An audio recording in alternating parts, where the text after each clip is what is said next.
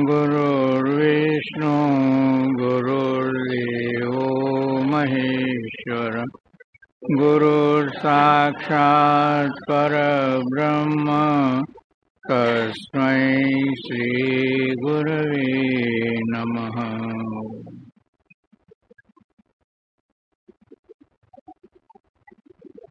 सुख से विचार छंदावली बीजी।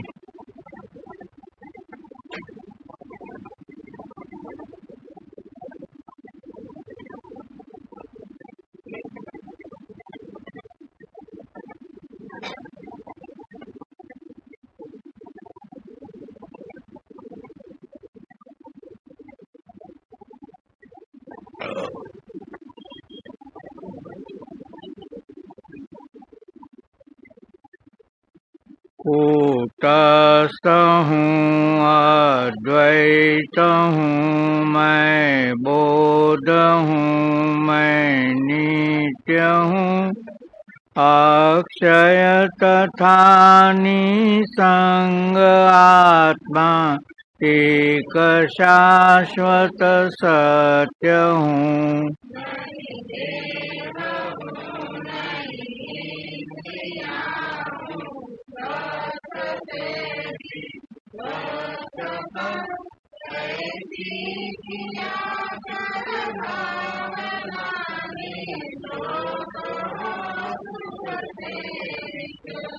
मैं देह हूँ फांसी महा, इस पाश में जकड़ा गया, चिरकाल तक फिरता रहा, जन्मा किया फिर मर गया।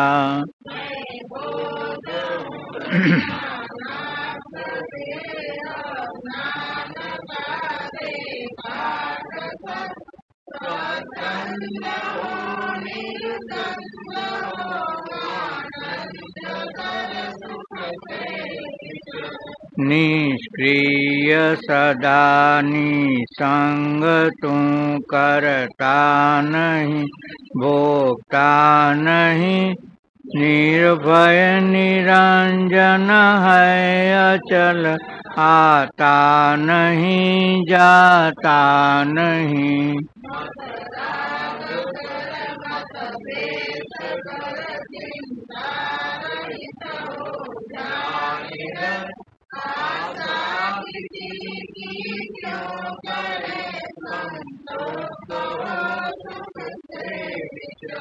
यह विश्व तुझसे व्याप्त है, तू विश्व में भरपूर है, तू आर है तू पार है, तू पास है तू दूर है।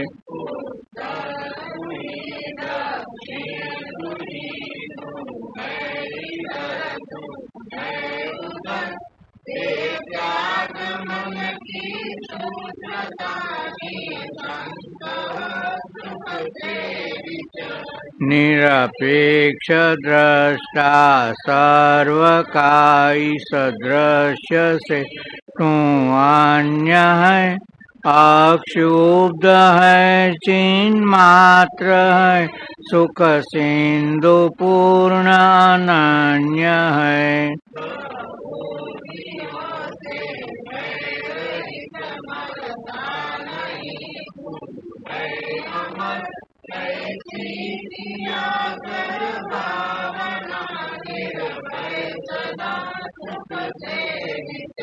आकार मिथ्या जान सब, आकार बिन तू है अचल, जीवन मरण है कल्पना, एक रस निर्मल अटल।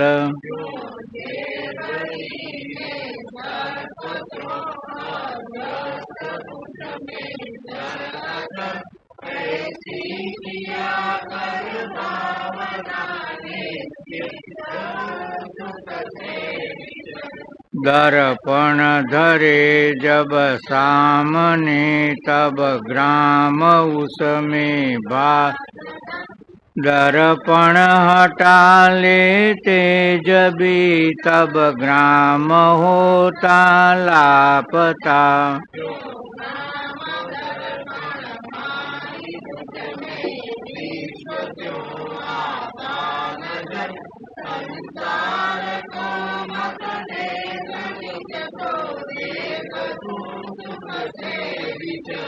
आकाश घट के बाह्य है आकाश घट भीतर बसा। सब विश्व में है पूर्ण तू ही बाह्य भीतर एक सा।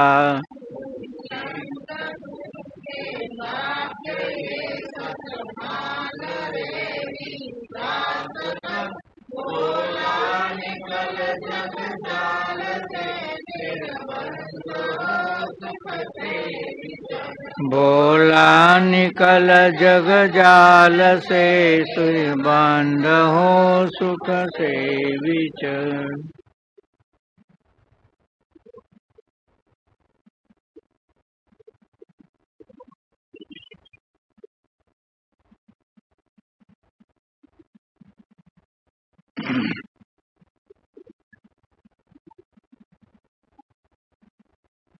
पाना नंबर 1 જ છે મારે પાના નંબર 15 છે બરોબર છે પેલી 15 એટલે ઘણા દાડાનો બ્રહ્મ થયો જીવને એટલે દેહ માને પોતે આપને તે સારું ફરી 84 લક્ષ યોનિને ફરી ફરી પામે જન્મ મરણને। એટલે જીવને ઘણા દાડાનો ભ્રમ થયો। ભ્રમ એટલે ભ્રાંતિ, ભ્રમ એટલે ભ્રાંતિ કો, મૂર્ખતા કો, અજ્ઞાન કો, જે કહેવું હોય કહો। તો આ ભ્રાંતિ અગર તો ભ્રમ 5 પ્રકારના છે। એક તો ભેદ ભ્રાંતિ, એક ભેદ ભ્રાંતિ એટલે ભેદ છે એની ભ્રાંતિ, એટલે પછી આપણે જોઈએ છે તો ભેદ ભ્રાંતિ, એક કર્તાપણા અને ભોગતાપણાની ભ્રાંતિ। ત્રીજું સંગ ભ્રાંતિ, ચોથું વિકાર ભ્રાંતિ અને પાંચમું બ્રહ્મથી ભિન્ન જગતની સત્યતાની ભ્રાંતિ।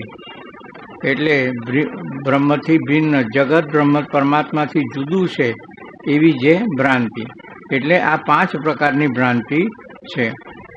હાલ વેદાંત માર્ગદર્શનીમાં આનું સ્પષ્ટીકરણ સારી રીતે કરેલું છે। એટલે ભેદ ભ્રાંતિ એટલે શું? ભેદ ભ્રાંતિનું દ્રષ્ટાંતથી આપણે સમજીએ તો બિંબ અને પ્રતિબિંબ, બિંબ અને પ્રતિબિંબ, બિંબ અને પ્રતિબિંબ એટલે આપણી સામે દર્પણ રાખીએ શું તો આપણું મુખ દેખાય। અગર તો જેનું સામે દર્પણ રાખ્યું તો એનું પ્રતિબિંબ દર્પણમાં પડે કે નહીં? તો એ બિંબથી જુદું છે ખરું? હવે અંદર જે દેખાતું જો જુદું હોય તો અંદર દેખાતા બિંબ પ્રતિબિંબને આપણે ચાંદલો કરવો હોય તો થશે ખરો? હે, અગર તો એના પર કંઈ ડાઘો પડ્યો હશે એ દેખાતા પ્રતિબિંબ ઉપર, તો એને ડાઘો લૂસવાનો પ્રયત્ન કરશું તો થશે ખરો? તો ક્યાં કરવું પડે ત્યારે? અંદરના પ્રતિબિંબને ચાંદલો કરવો હોય તો ક્યાં કરવો પડે? અહીંયા બિંબને ચાંદલો, અહીંયા ચાંદલો કરીએ તો સામે ચાંદલો થાય। એટલે આ દેખાય છે જુદું પણ હકીકતમાં જુદું છે નહીં। એટલે આ ભેદ ભ્રાંતિ એ આ પ્રકારની ભ્રાંતિ, એટલે હું પરમાત્માથી જુદો છું એ ભ્રાંતિ ખોટી છે, બરોબર? કારણ કે બિંબ અને પ્રતિબિંબ ભાગવતમાં પણ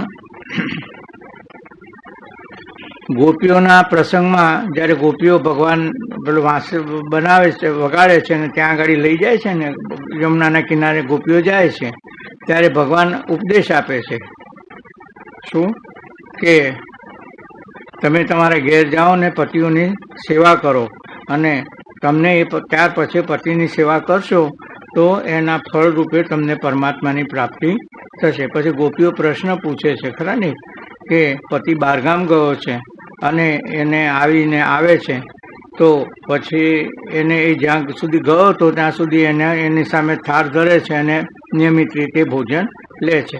હવે પતિ આવ્યો ઘેર તો પછી એ બંનેની વચ્ચે કોને થાળ ધરવો? ગોપીઓ કહે છે એટલે ભગવાન કહે છે કે એ તો પતિને જ ધરાય ને, કંઈ પ્રતિબિંબને થોડો ધરાય. શું એટલે પછી ગોપીઓ કહે છે કે તો પછી એ પ્રતિબિંબ ત્યાં પડ્યું છે ને અહીંયા બિંબ તો છે અમારી સામે, તો પછી તું અમને ત્યાં શું કરવા મોકલે છે, ખરા ને?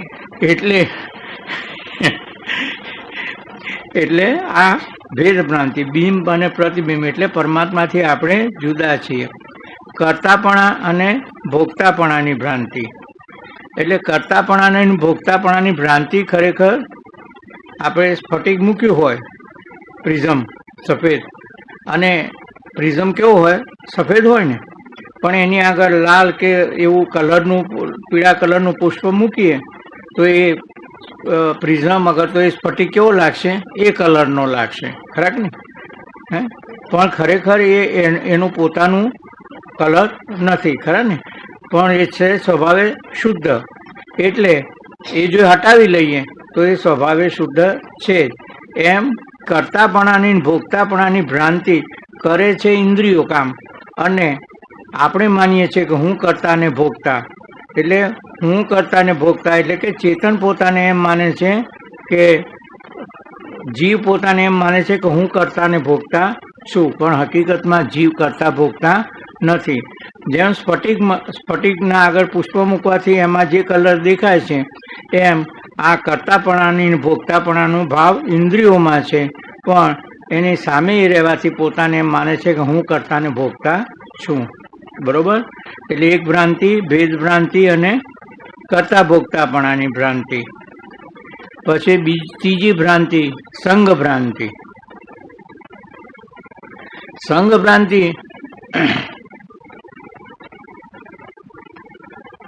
એટલે આ મઠ છે, બરોબર ને? રૂમ એટલે મઠ. તો આ મઠાકાશની અંદર ઘડો મૂકેલો છે, બરોબર? તો ઘડો ખાલી ઘડો છે, તો એની અંદરનું આકાશ કેવું કહેવાય? ઘટાકાશ કહેવાય, ઘટની અંદરનું આકાશ. આ મઠની નું આકાશ, અને બહાર છે બધું મહાઆકાશ. હવે ઘટ ફૂટી જાય, અગર તો આ મઠનો ખુલી જાય તો આમાંથી આકાશ નીકળીને મહાઆકાશ ભેગું થશે કે આ ખરેખર ભેદ બન્યો નથી છતાં પણ ભેદ જેવું લાગે છે, ખરા કે નહીં? હે ને? અગર તો ખાલી ઘડો અહીંથી લીધો તો એની અંદરનું ઘટાકાશ છે, એ ઘડો લઈને આપણે બીજા રૂમમાં જઈએ તો અહીંયા આ આકાશમાં ખાડો પડે છે ને ત્યાં આકાશમાં વધારો થાય છે. એટલે ખરેખર ઘટાકાશ ને મઠાકાશ ને મહાકાશ સાથે કોઈ ભેદ છે નહીં, છતાં પણ પેલી ઉપાધિના લીધે એમ લાગે છે કે જાણે આ પ્રમાણે એમાં ભેદ થયો છે. એટલે આ સંગ ભ્રાંતિ. ખ્યાલ આવ્યો? બેઠું મગજમાં? બરોબર. પછી ચોથું વિકાર ભ્રાંતિ.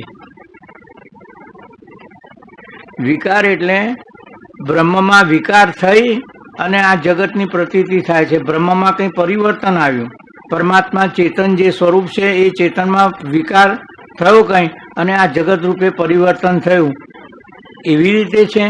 તો ખરેખર એવું નથી.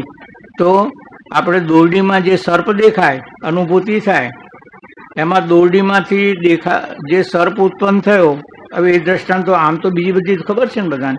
એ સર્પ થયો તો એ દોરડી ઝેરીલી થઈ અને એમાં સર્પ થયો, અને પછી આપણને પ્રતીત થયો. દોરડીમાં એની કોઈ અસર થઈ ખરી? સર્પ હતો દેખાય છે ત્યારે દોરડીમાં કંઈ અસર નથી, અને જ્યારે પ્રકાશ થશે અને સર્પની ભ્રાંતિ નિવૃત્ત થશે ત્યારે પણ દોરડીમાં કોઈ ફેરફાર થતો નથી. એ તો યથાવત જ છે. એમ એ ભ્રાંતિ કેવી કહેવાય? વિવર્ત કહેવાય. એ દોરડીનો વિવર્ત કહેવાય. એટલે વિવર્તી ઉપાદાન છે. એટલે બ્રહ્મમાં જગત પ્રતીત થાય છે તો દોરડીમાં દેખાતા સર્પની માફક આપણને દોરડીનું જ્ઞાન નથી, એટલે સર્પની પ્રતીતિ થાય છે. એમ ચેતન પરમાત્મા કો, બ્રહ્મ કો, આત્મા કો, એના સ્વરૂપનો આપણને ખ્યાલ નથી, એટલે આપણને આ બધું જગત રૂપે પ્રતીત થાય છે. પણ એ જગત સાચું નથી, માત્ર પ્રતીતિ છે. એટલે એને શું કહેવાય? વિવર્તી ઉપાદાન કહેવાય. વિવર્તી ઉપાદાન એટલે શું? પાછું સ્પષ્ટીકરણ કે અન્યથા પ્રતીતિ હોય નહીં અને જુદું દેખાય. હોય નહીં અને જુદું દેખાય, એને વિવર્તી ઉપાદાન કહેવાય. અને બ્રહ્મથી ભિન્ન જગતની સત્યતાની ભ્રાંતિ, એટલે બ્રહ્મથી ભિન્ન, પરમાત્માથી ભિન્ન, ચેતનથી ભિન્ન આત્માની એટલે કે જગતની ભ્રાંતિ છે એ ખોટી છે. એટલે ભ્રાંતિ એટલે મૂર્ખતા, અગર તો ગેરસમજ, એ તો ખ્યાલ આવે ને. હવે માટી અને માટીમાંથી આપણે ઘડો બનાવ્યો, બરોબર. અગર તો સોનું અને સોનામાંથી આ તમે ગળામાં પહેરો છે અને દોરો કહો, વીંટી કહો, બંગડી કહો, ખરા ને. સોનું નહીં કહો ને તમે, શું કહેશો? આને બંગડી, આને દોરો કહેશો. એમ ના કહો તો ઘડો, માટી અને માટીમાંથી ઘડો બનાવ્યો. હવે ઘડો આકાર અને ઘડો નામ, એમાં બંગડી આકાર અને બંગડી નામ, એને જુદા પાડો અને સોનું તમે રાખો. અગર તો માટી તમે રાખો અને ઘડો નામ અને આકાર મને આપો, તો એ બની શકશે ખરું? ઘડો નામ અને આકાર જુદો પાડી શકશો તમે? જ્યારે એટલે બાપુજી એક વખત શું થયું કે દ્રષ્ટાંત આપ્યું હતું કે કોઈ ભાઈ લઈને ઘડો લઈને આવતા હતા. એટલે કે ભાઈ આ શું લાવ્યો? એટલે કે બાપુજી ઘડો લાવ્યો. એમ કે એમ? હા, કે ટકોરા મારીને લીધો છે, જુઓ ને, એટલે સરસ ઘડો છે. સારું, તો ભાઈ મને તું ઘડો તું લઈ જા અને માટી મને આપતો જા, મારે ઘડો જોઈતો નથી. તો પછી વિભાજન થશે ખરું? નથી. એટલે ઘડો નામ અને આકાર, જેમ બંગડી નામ અને આકાર એ સોનાથી ભિન્ન નથી, ઘડો નામ અને આકાર માટીથી ભિન્ન નથી, એમ ચેતન પરમાત્માથી આપણને જે પ્રતીત થતું જગત છે એ પરમાત્માથી ભિન્ન છે નહીં. એટલે નામ અને આકાર રૂપે જે કંઈ પ્રતીત થાય છે એ મિથ્યા છે. ખ્યાલ આવ્યો? જે આપણે છંદાવલીમાં જોયું ને કે આકાર જે છે એ બધા મિથ્યા. તું જાણતો ભાઈ આકાર મિથ્યા છે કેવી રીતે?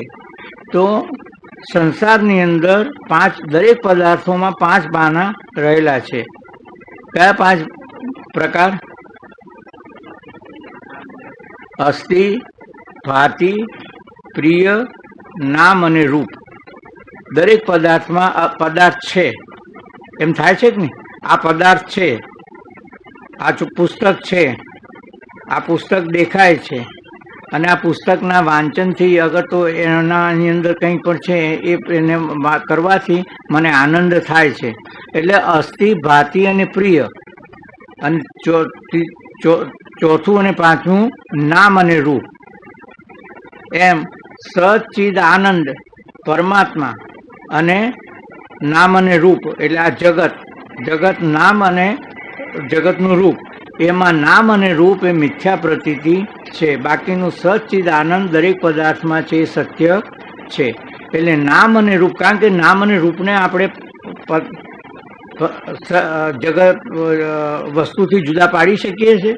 જેમ સોનામાંથી નામ અને રૂપ બંગડી એને જુદા પાડી શકતા નથી, એમ ઘડો અને માટી અને ઘડો, તો માટી અને ઘડાથી આપણે બંનેને વિભાજન કરી શકતા નથી. એટલે નામ અને રૂપ દેખાય છે ત્યારે પણ એ સાચા નથી. ફક્ત માટી સાચી છે, સોનું સાચું છે, એમ પરમાત્મા સત્ય છે, બાકી નામ અને રૂપ મિથ્યા છે. અને નામ અને રૂપ મિથ્યા છે તો જીવ રૂપે હું પણ પ્રતીતિ માત્ર છું. આ દ્રષ્ટાંત આવશે આગળ. એટલે આ આપણને સમજવાનું છે કે જીવ રૂપે આપણે જે પોતાને પરમાત્માથી અલગ માનીએ છીએ, ખરેખર આપણે અલગ થઈ શકતા નથી. છતાં પણ આ એક ભ્રાંતિના લીધે આપણને એમ થાય છે કે હું પરમાત્માથી જુદો છું. અને કારણ શું છે કે આ પેલી જે 5 પ્રકારની ભ્રાંતિ કીધી ને, હું કરતા ને ભોગતા, મને આ પ્રમાણેનો સંગ થયો છે, આ પ્રમાણે હું એનાથી જુદો છું, એ જે ભ્રાંતિ છે એ ભ્રાંતિની નિવૃત્તિ થઈ જાય તો આપણે પરમાત્માથી કોઈ દિવસ જુદા થઈ શકીએ એવું નથી, થયા નથી અને થઈ શકીએ એમ પણ નથી. આ રીતે 5 પ્રકારની ભ્રાંતિની નિવૃત્તિ થાય. એટલે જીવને ઘણા દાડાનો ભ્રમ થયો. અને આ ભૂલ તો કેટલાય જન્મોથી થઈ છે, કંઈ આ જન્મથી થઈ છે એવી નહીં. આપણે અનેક જન્મોથી આ ભૂલ કરતા આવ્યા છીએ, અને આ ભૂલ સુધરી જાય તો આપણે સચ્ચિદ આનંદરૂપ આત્મા જ છીએ એનો અનુભૂતિ થાય. અને આ ભ્રાંતિ છે એના લીધે 84 લાખ યોનિમાં વારંવાર એને જન્મ અને મરણ પ્રાપ્ત થાય છે. હવે આ દ્રષ્ટાંત અને સિદ્ધાંત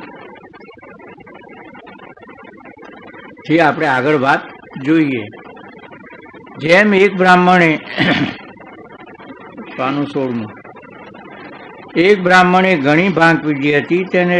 તેના કેફથી પોતાનું બ્રાહ્મણપણું ભૂલીને હું શૂદ્ર છું, હું વૈશ્ય છું, હું ક્ષત્રિય છું ઇત્યાદિ વિપરીત રીતે બોલવા લાગ્યો.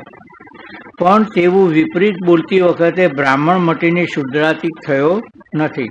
એટલે એ બોલે છે, ભાંગ પીધી નશામાં હોય, અને અહીંયા તો તમને એવા વારંવાર નશાવાળા જોવા મળતા હશે, એટલે મહારાષ્ટ્રમાં તો. એટલે આ પોતાની જાતને કહે છે કે હું શૂદ્ર છું, ખરેખર બ્રાહ્મણ જ છે, પણ એ કેફથી જ વિપરીત બોલે છે. તે પછી તેને કોઈ હિતેશી પુરુષ મળ્યો અને તેણે તેનો કેફ ઉતારવા સારું ઘી તથા દહીં પાયું. તેથી તે બ્રાહ્મણનો કેફ ઉતરી ગયો, અને ત્યાર પછી તે બ્રાહ્મણ હું બ્રાહ્મણ છું એમ પોતાનું સ્વાભાવિક રૂપ જાણે છે, અને હું શુદ્રાધિક છું એમ કદી માનવાનું નથી. જ્યાં સુધી કેફ હતો ત્યાં સુધી વિપરીત બુદ્ધિ હતી, કારણ કે કેફ ઉતર્યા પછી વિપરીત બુદ્ધિ રહેતી નથી. એમ પ્રત્યેક આવજો, ત્યાં ક્ષ હોય ત્યાં બધા ક કરી નાખજો. તેમ પ્રત્યેક આત્મા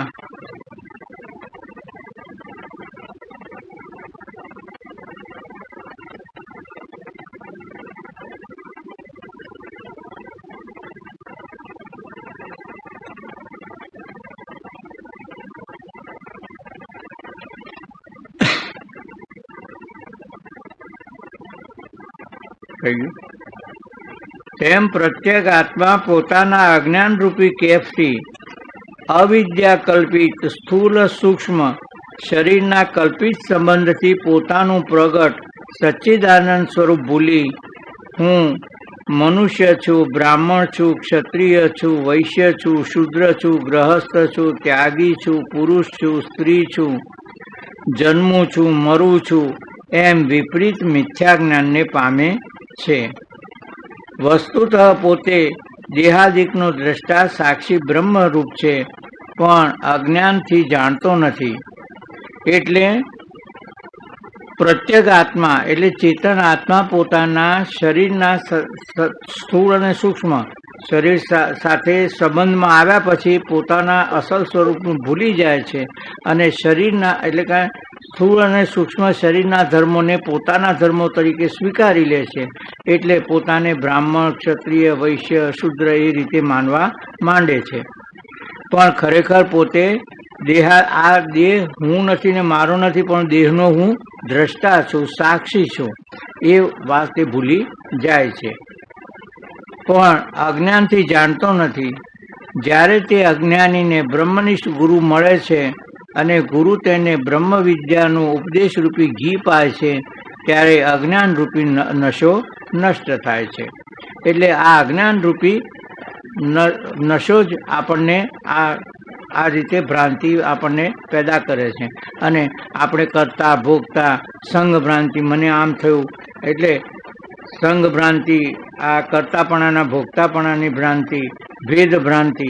તો ખરેખર ભેદ ભ્રાંતિ એટલે કે ચેતન આત્મામાં કોઈ ભેદ નથી, પણ આ શરીરની ઉપાધિની દ્રષ્ટિએ આપણે આ ભેદ સ્વીકારીએ છીએ, પણ એ ઉપાધિ ખોટી છે. આત્માને સાથે એને કંઈ સંબંધ છે નહીં.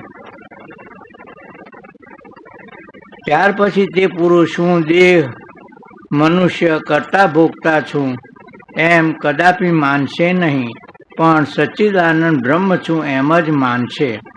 પણ જ્યાં સુધી જાણ્યું નથી ત્યાં સુધી ઘણા દિવસથી ભૂલથી હું દેહ છું એમ તે માને છે. હવે બીજા દ્રષ્ટાંતથી વાત કરે છે. સિંહનું દ્રષ્ટાંત કે છે, એટલે આ પ્રખ્યાત છે પંચીકરણનું દ્રષ્ટાંત, તો બધાને ખ્યાલ છે કે બધાની વચ્ચે એક સિંહણનું બચ્ચું આવી જાય છે ને એની સાથે જ ઘેટા બકરાની સાથે ચરવા લાગે છે અને પોતાને પણ એ ઘેટા બકરું જ માનવા માગે છે. પણ જ્યારે કોઈ બીજો સિંહ આવે છે ને એને જુએ છે, ત્રાપ મારવા જાય છે, ત્યાં બીજા બકરા તો ભાગે છે પણ પેલો એ ભાગે છે. ત્યારે પેલા સિંહને આશ્ચર્ય થાય છે કે આ સિંહનું આ મારી જાતનું કેમ આ બકરાના ભેગું નાચે છે, મારી સાથે રહેવું જોઈએ. તો એમ ન થતા એટલે છેવટે એને પકડે છે. પકડીને કહે છે કે તું તો સિંહ છે, તું જો મારા ને તારામાં કોઈ ભેદ નથી, છતાં પણ તું કેમ ભાગે છે આ બકરાની માફક, બકરાના સાથે? એટલે કે ના ના, હું તો બકરું છું એમ કરવા માંડ્યું. એટલે પકડીને એને તળાવના કિનારે લઈ જાય છે અને બતાવે છે જો તારામાં ને મારામાં કોઈ ભેદ છે નહીં, તારે જેવી કેશવાળી છે એવી જ મારી કેશવાળી છે, આપણે બંનેની સરખી છે. પછી એ ત્રાડ પાડે છે. એટલે કે છે તું પણ એમ તાળ પાડ. એટલે એમ બોલે છે ત્યારે એ સિંહની માફક એ પણ ગર્જના કરે છે અને ત્યારે એને ખ્યાલ આવે છે કે હું પણ સિંહ છું. એમ આ ભેદ ભ્રાંતિને લીધે એટલે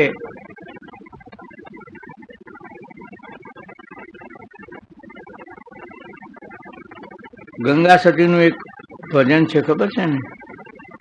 અભ્યાસ વધતા બહુ ભંભું નહીં અને તજવો ભેદવાદીનો સંગ. અભ્યાસ વધતા બહુ ભંભું નહીં, તજવો ભેદવાદીનો સંગ, અને સદાય રહેવું એકાંતમાં અને માથે સદગુરુનો હાથ. પછી આગળ કે છે પણ એ વાત જુદી છે કે મંડપ મેળા કરવા નહીં ને એવી બધી વાતો કરે છે ગંગા સતી. પણ અભ્યાસ વધતા બહુ ભંભું નહીં અને તજવો સંગવાદીનો ભેદ. એટલે જે ભેદવાદી હોય, જે પોતાની જાતને પરમાત્માથી જુદા માનતા હોય એવી, એટલે કે એવા ભેદવાદી વિચારધારાવાળા હોય એમની સાથે બહુ હળવું મળવું નહીં, નહીતર પાછું આપણી આ સમજણ જે છે એ સમજણમાં થોડું ઓટ આવવા માંડે.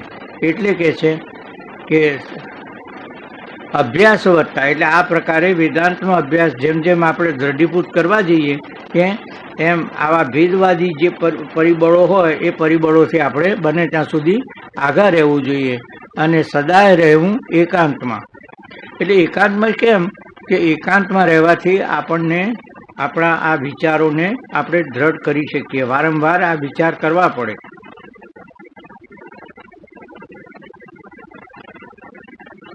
રાંદેરમાં ચંદુભાઈ કરીને એક મહાન વ્યક્તિ થયા આપણા બાપુ મહાત્મા ગાંધીજીના સમય વખતે, એટલે હમણાં જ 1930ની આસપાસ. તો એ ચંદુભાઈએ એમના ગુરુનું નામ આપ્યું,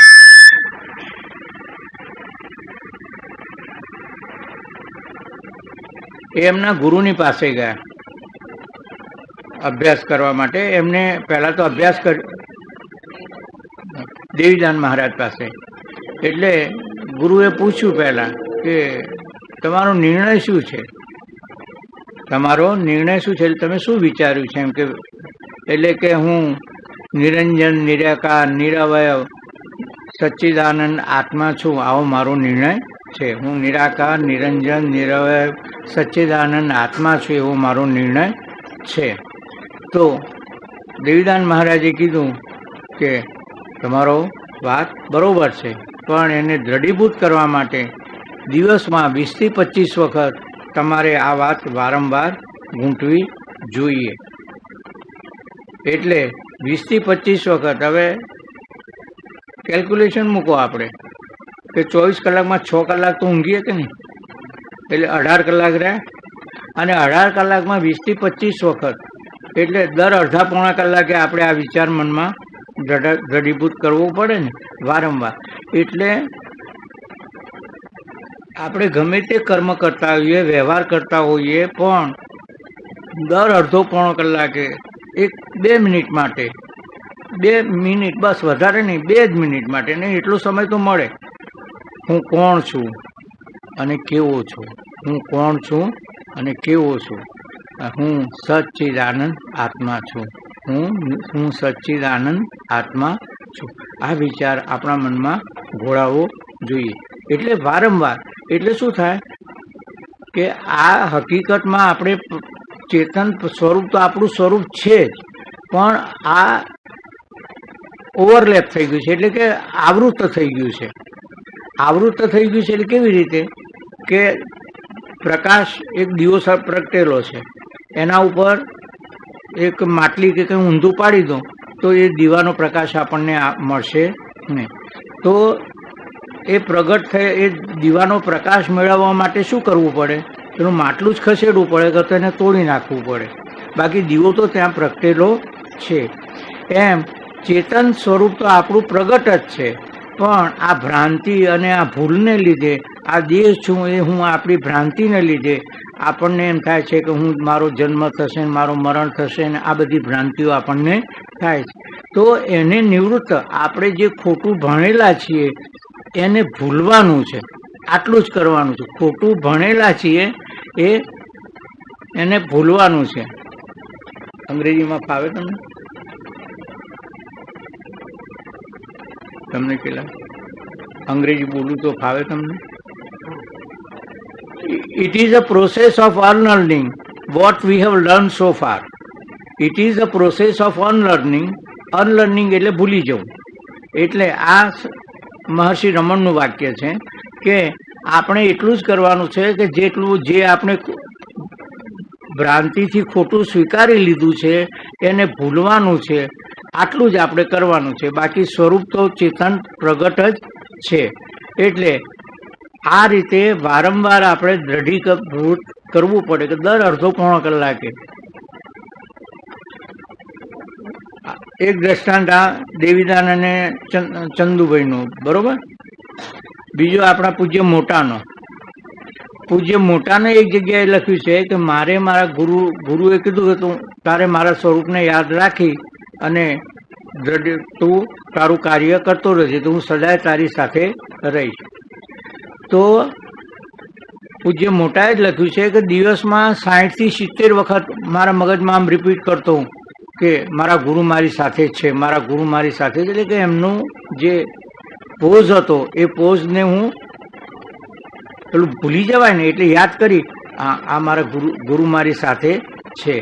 એમ એમણે શું લખ્યું છે કે 60 થી 70 વખત, એટલે 24 કલાકમાં કેટલી વખત એમણે યાદ કર્યું કે ગુરુ મારી સાથે છે.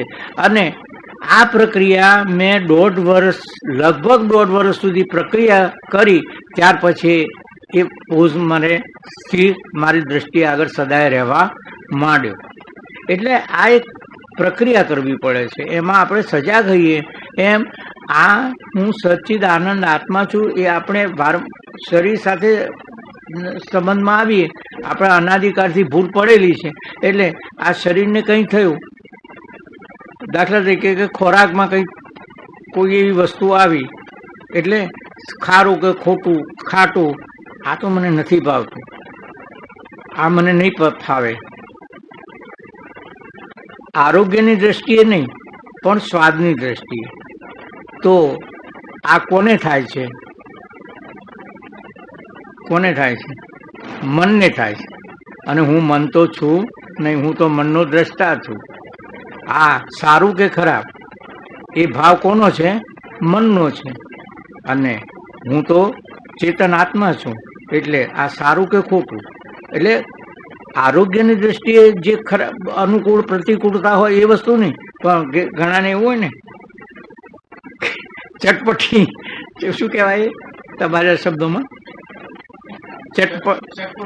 હા, ચટપટ એ જીભનો સ્વાદ છે, લુલીનો સ્વાદ છે. ખરેખર કે કંઈ આપણને જોઈતું નથી. એમ આ કોને જોઈએ છે? એવો ભાવ થાય ના ચાલો આવું ખાધું હોય ને, આઈસ્ક્રીમ ખાધું હોય ને તો મજા. આ કોને જોઈએ છે? મન. હું મન તો છું નહીં. એમ વારંવાર આપણે આ રિપીટ કરતા જઈએ તો આ ભાવમાંથી આપણે મુક્ત થઈએ.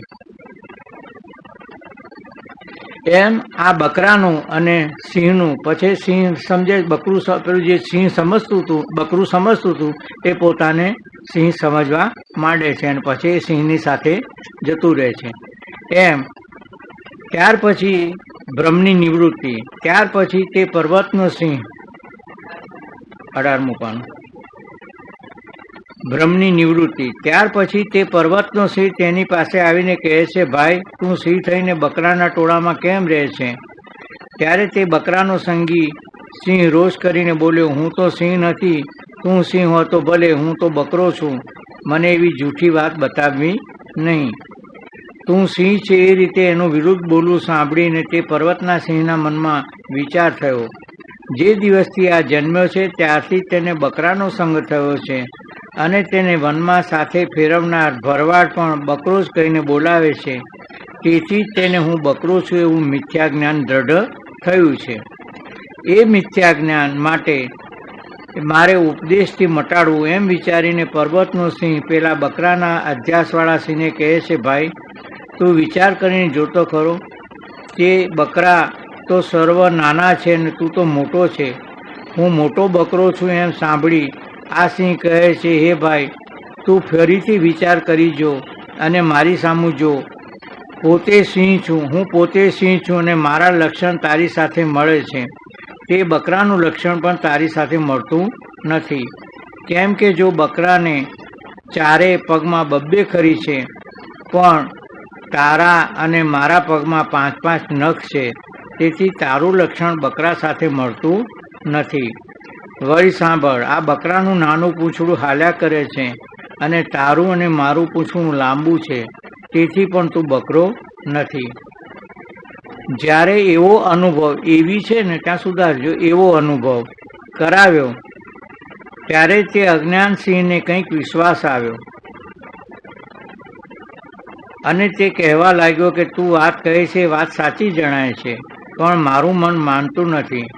ત્યારે તે પર્વતના સિંહે પેલા અગ્નિસિંહને નજીક એક તળાવ હતું તેને કિનારે ઊભો રાખી મુખમાં પાણીમાં મોઢું જોવા કહ્યું અને તે બોલ્યો, જો તારું મુખ અને મારું મુખ સરખું છે ને બકરાનું મુખ તો લાંબુ છે, તારા જેવું ગોળ નથી, તારી ડોક લીસી છે અને બકરાની ડોકમાં 2 આંચળ છે, તારી કેડ એટલે કટી, વાળ, નાક તથા શરીરનું વર્ણ પણ બકરા સાથે મળતું નથી.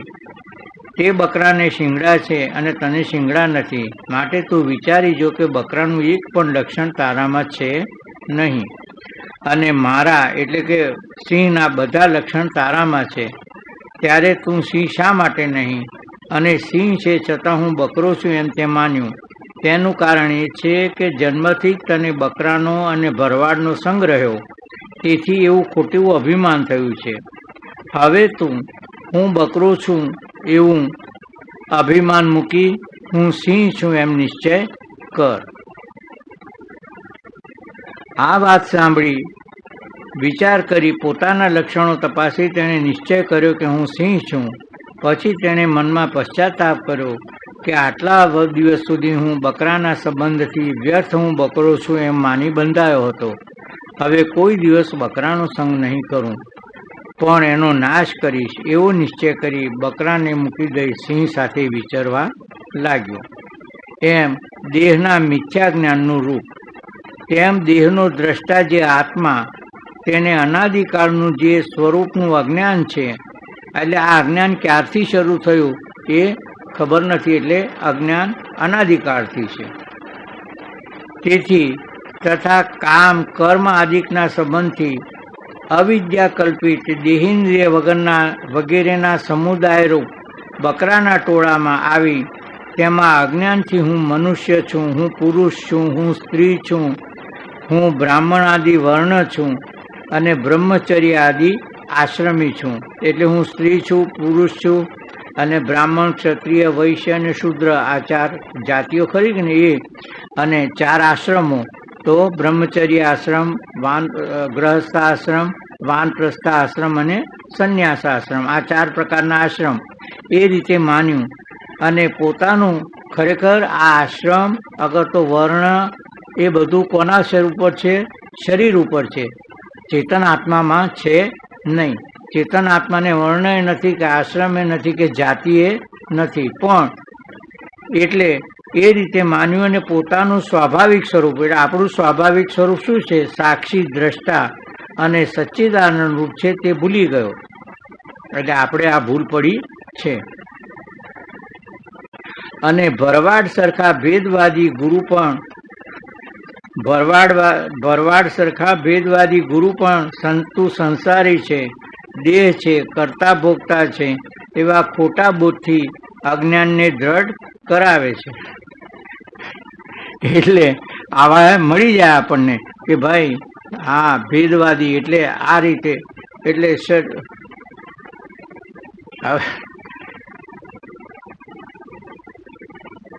જો બ્રાહ્મણ પાસે જાઓ, કોઈ બ્રાહ્મણ પાસે કે ભાઈ મને આ શરીરની તકલીફ છે, તો કહેશે કે તને આ ગ્રહ નડે છે, આ ગ્રહ નડે છે, તને આ ગ્રહ નડે છે.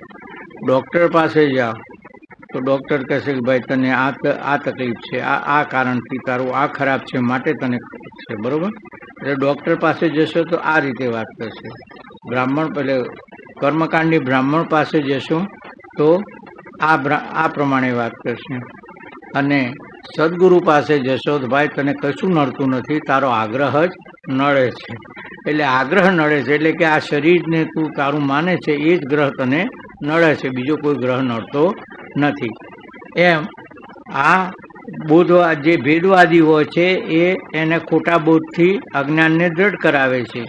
તેથી પણ અજ્ઞાની જીવાત્મા પોતાના સ્વરૂપને ભૂલી જઈ હું દેહાદિક છું એવું મિથ્યા જ્ઞાન દ્રઢ કરી બેઠો છે.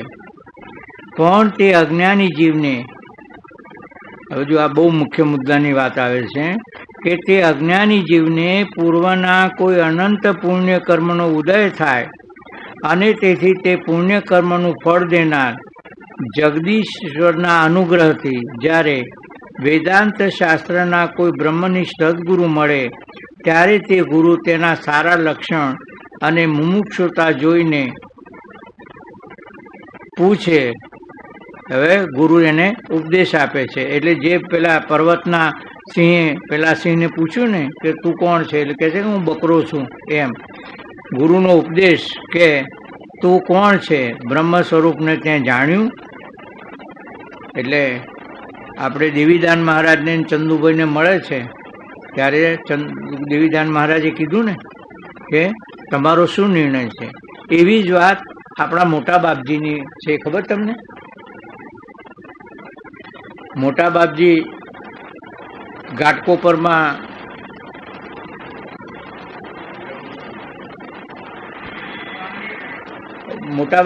ઘાટકોપરમાં વામદેવ તીર્થની પાસે અભ્યાસ કરી, પંચીકરણ ઉપનિષદ વગેરેનો અભ્યાસ કરી અને પછી રાજકોટની પાસે પીઠડિયા ગામ છે, ત્યાં નિત્યાનંદ મહારાજ હતા. અને નિત્યાનંદ મહારાજ બહુ પૂર્ણતાનો અનુભવ કરી ચૂકેલા મહારાજ હતા. એમની પાસે જાય છે. એ વખતે એમ મોટા બાપજીનું મોતીલાલ મહેતા જ હતું, એ માધવતીર્થ તરીકે નહોતા ગયા. એટલે એમને કંઈ પરિચય હશે તો પીઠડિયા જાય છે અને મળે છે અને વાતચીત કરે છે કે હું સત્સંગ માટે આવ્યો છું આપની પાસે. એટલે જે વામદેવ તીર્થ પાસે એમણે અભ્યાસ કર્યો હતો પણ એમને દ્રઢતા બરોબર આવી નહોતી. એટલે માધવ તીર્થ અરે મોટા બાપજીને નિત્યાનંદ મહારાજ પૂછે છે કે જીવ કેવો? આમ હું સત્સંગ માટે આવું છું એમને. એટલે નિત્યાનંદ મહારાજને એમને જોયા પછી, એમનો મુખારવિંદનું જોયા પછી કે આ અભ્યાસી છે ને સત્સંગી છે, એટલે પૂછ્યું કે જીવ કેવો? એટલે મોટા બાપજીને થોડી વાર શાંત રહ્યા, કે હું શાંત રહ્યો, જવાબ આપ્યો નહીં. એટલે નિત્યાનંદ સ્વામી એમ કે આમ આંગળીથી જીવ કલ્પિત છે ને, આમ જીવ કલ્પિત છે એમ કરીને મારી સામે દ્રષ્ટિ કરી. એવું તરત જ મને જે એમ કે આ વામદેવ તીર્થ પાસે જે મેં અભ્યાસ કર્યો તે બધા સંસ્કારો એકદમ એમ કે પ્રગટ થયા, એકદમ આખા એમ કે મને એકદમ પ્રગટ થયા. અને તરત જ કીધું હા બાપજી, જીવ કલ્પિત છે. એટલે જીવનું જીવપણું કલ્પિત છે. એટલે જીવ કલ્પિત છે એ એટલે બીજી દ્રષ્ટિથી જોઈએ તો આપણને જગત મિથ્યા કહીએ છીએ ખરા ને. આ જગત મિથ્યા ધુમાડાના બાચકા જેવું છે એવું બધાએ કહીએ છીએ ખરા. તો આ કહેનારો જગતની અંદર કે જગતની બહાર એને મિથ્યા થાય છે? એ સિવાયનું બધું જ મિથ્યા કરીએ છીએ, ખરા કે નહીં? પણ જીવ રૂપે આપણે કલ્પિત છે. જીવ રૂપે એટલે કે કર્તાપણાના ભોગતાપણાના ભાવ રૂપે જે આપણે આપણી જાતને સ્વીકારી લઈએ છીએ એ માટે એ રીતે આપણે કલ્પિત છે. આપણે સાચા નથી. આપણે તો બધાના સાક્ષી છીએ. આ અનુભવમાં આપણે સ્થિર થવાનું અને એના માટે આ અભ્યાસ કરવાનો છે. હું મનુષ્ય છું, મારાથી બ્રહ્મ સ્વરૂપ કેમ જાણી શકાય? હે ભાઈ, ગુરુ કહે છે, હે ભાઈ, આ દેહ મનુષ્યનો છે. દેહનો તું દ્રષ્ટા, તું આત્મા દેહથી જુદો છે, મનુષ્ય નથી. તું બ્રહ્મ છે. અજ્ઞાનથી તું કહે છે કે બ્રહ્મ સ્વરૂપ કેમ જણાય? એટલે તું ખરેખર બ્રહ્મથી જુદો થયો નથી, છતાં પણ અજ્ઞાનથી તું પૂછે છે કે બ્રહ્મરૂપ કેમ સ્વરૂપ કેમ જણાય? શિષ્ય કહે છે, મહારાજ, તમે કહો છો કે તું બ્રહ્મ છે, પણ હું બ્રહ્મ કેમ થાઉં? હું તો સંસારી, સુખી દુઃખી, કરતા ભોગતા છું, માટે તમારો ઉપદેશ અનુભવમાં આવતો નથી.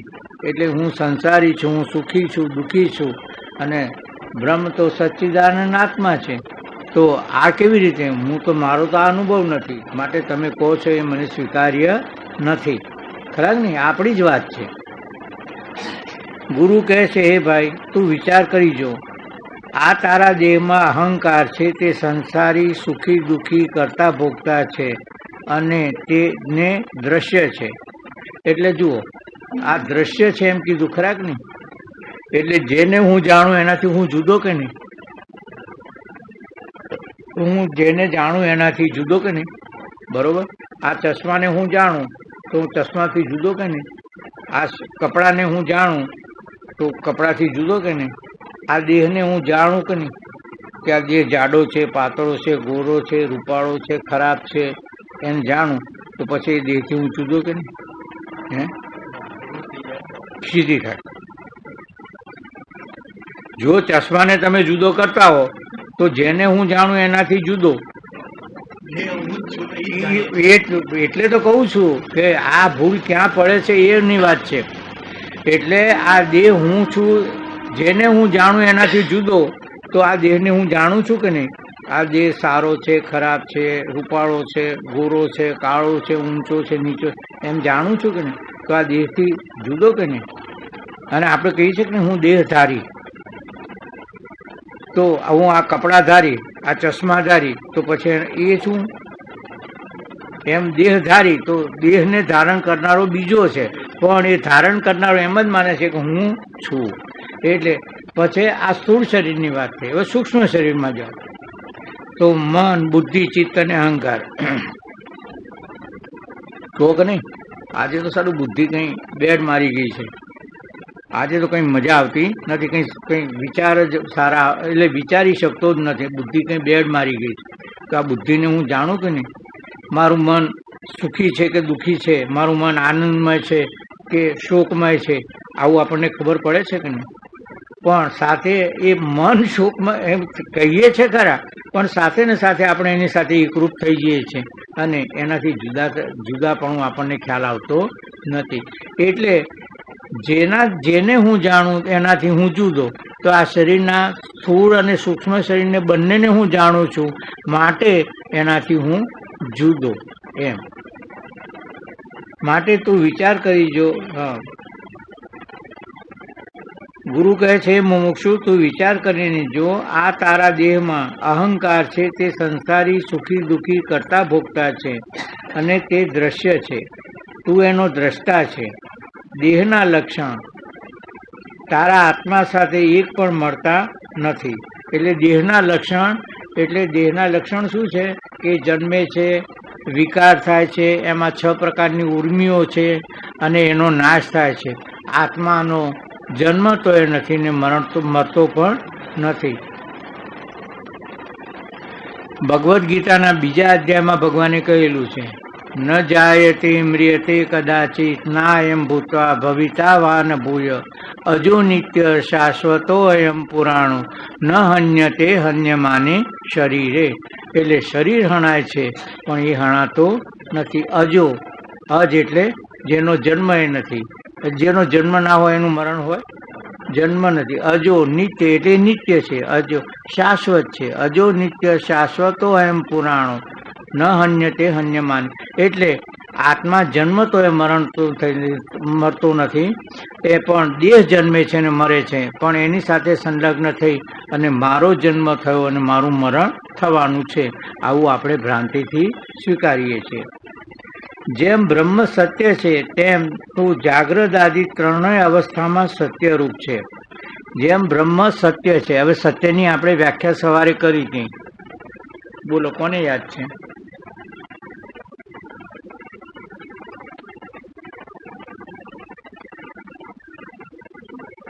સવારે સત ના તે સતની વ્યાખ્યા કરી હતી ને, બોલો.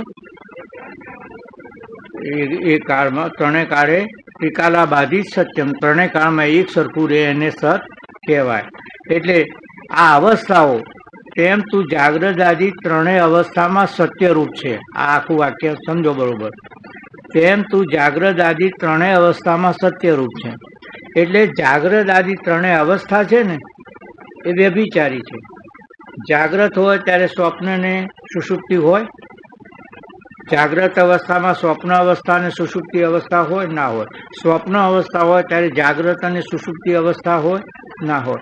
અને સુષુપ્તિ અવસ્થા હોય ત્યારે જાગ્રત અને સ્વપ્ન ના હોય. એટલે ત્રણેય અવસ્થામાં એક અવસ્થા હોય ત્યારે બીજી અવસ્થા નથી હોતી. એટલે આ ત્રણેય અવસ્થાઓ કેવી થઈ? વ્યભિચારી થઈ. એટલે આ ત્રણેય અવસ્થાઓ ખોટી છે. પણ એને જોનારો તો ત્રણેય અવસ્થાને જાણે છે ને, તો એ ત્રણેય ખરા ને, એ ત્રણેય અવસ્થાને જાણનારો, હું જાગતો હતો, હું સ્વપ્ન જોતો હતો અને હું ઊંઘતો હતો, એ તો અનુભવ તો છે ને, એ જેને અનુભવ છે એ સત છે. બાકી આ અવસ્થાઓ ખોટી છે. અને અવસ્થાઓ ખોટી છે તો એ અવસ્થાઓ એક અવસ્થામાં બીજી અવસ્થાનું જ્ઞાન રહેતું નથી. રહે છે ના. એટલે એ અવસ્થાના અભિમાની જુદા છે. આપણે એ અવસ્થા સાથે સંકળાઈને એમ કહીએ છીએ કે હું આ અવસ્થામાં, ખરેખર એ અવસ્થાના અભિમાની જુદા છે. જાગ્રતનો અભિમાની જુદો, સ્વપ્નનો અભિમાની જુદો અને સુષુપ્તિનો અભિમાની જુદો. તો જાગ્રતનો અભિમાની કોણ છે? ખ્યાલ છે? વિશ્વ. જાગ્રતનો અભિમાની વિશ્વ. સ્વપ્નનો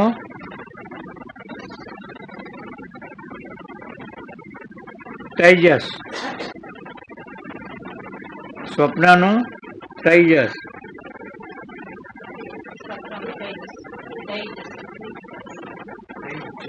તેજસ. અને સુષુપ્તિનો અભિમાની પ્રાજ્ઞ.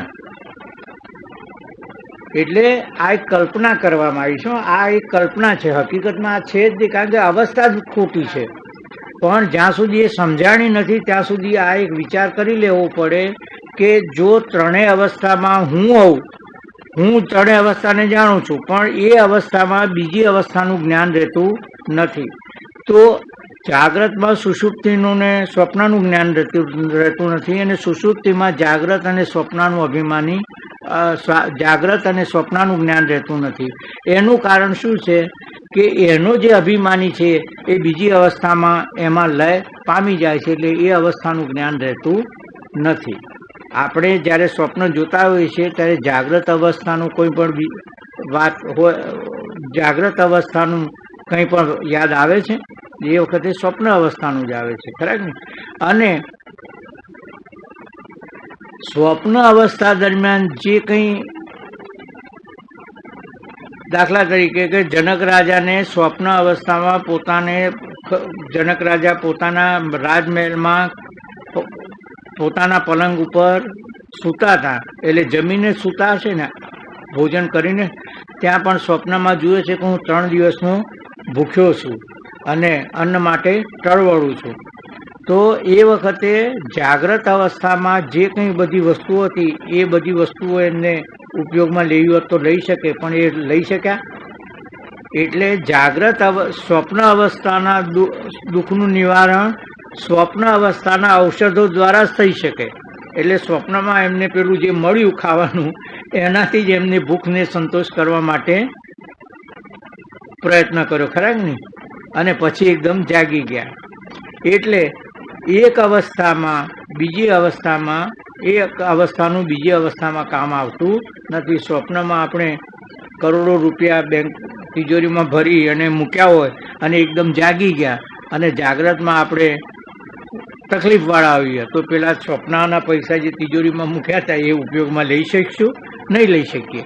એમ કારણ કે એ અવસ્થાનું જે હતું એ બધું એ અવસ્થામાં લય પામી ગયું.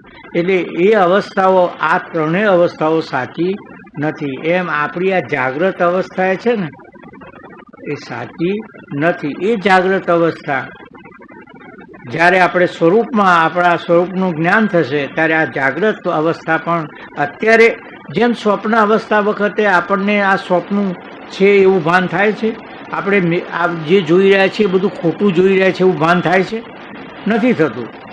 એમ આ જાગ્રત અવસ્થામાં પણ આ અવસ્થા છે અને આ મિથ્યા પ્રતીતિ છે, પણ એ અવસ્થામાંથી જાગીને જોવું તો, બોલો, જાગીને જોવું તો જગત દિશે નહીં, ઊંઘમાં ભોગ અટપટા ભાસે, ચિદ ચૈતન્ય વિલાસ તદરૂપ છે, બ્રહ્મ લટકા કરે બ્રહ્મ પાસે.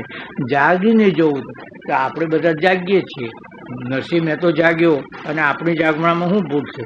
આપણી આંખો ખુલ્લી રાખી છે, એની આંખો ખુલ્લી હતી. એટલે એટલે કે અવસ્થામાં આ સ્વરૂપમાં જાગી જવાનું છે, સ્વરૂપના જ્ઞાનમાં જાગી જવાનું છે. આપણે જાગીએ છીએ પણ અજ્ઞાનની નિંદ્રામાં આપણે જાગીએ છીએ.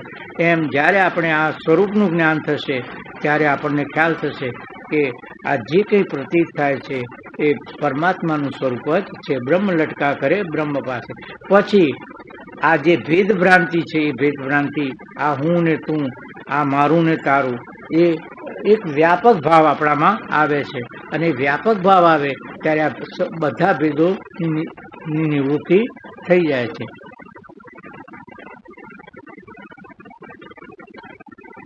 જ્યારે વિવેકાનંદ બીજી વખત રામકૃષ્ણ પરમહંસને મળવા જાય છે ને ત્યારે પહેલી વખત એમણે પ્રશ્ન પૂછ્યો હતો કે તમે ઈશ્વરને જોયો છે, ભગવાનને જોયા છે?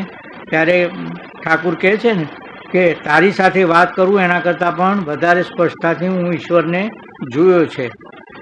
એટલે અને તારે ઈચ્છા હશે તો હું તને અનુભવ કરાવીશ.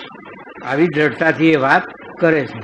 અને બીજી વખત જ્યારે જાય છે ત્યારે પોતાના ખાટલા ઉપર જે પાટ જોઈ હતી ને પેલી નાની પાટ, એ પાટ ઉપર બેસાડે છે અને આમ છાતી ઉપર એક ટકોરો મારે છે અને બધું ચક્કર ચક્કર ચક્કર ફરવા, જાણે કે આખું મંદિર ને બધું અવશેષ થઈ અને જાણે કે શૂન્યમાં લય થતું હોય ને, બધું જ એમ કે શૂન્યમાં લય થતું હોય એવું.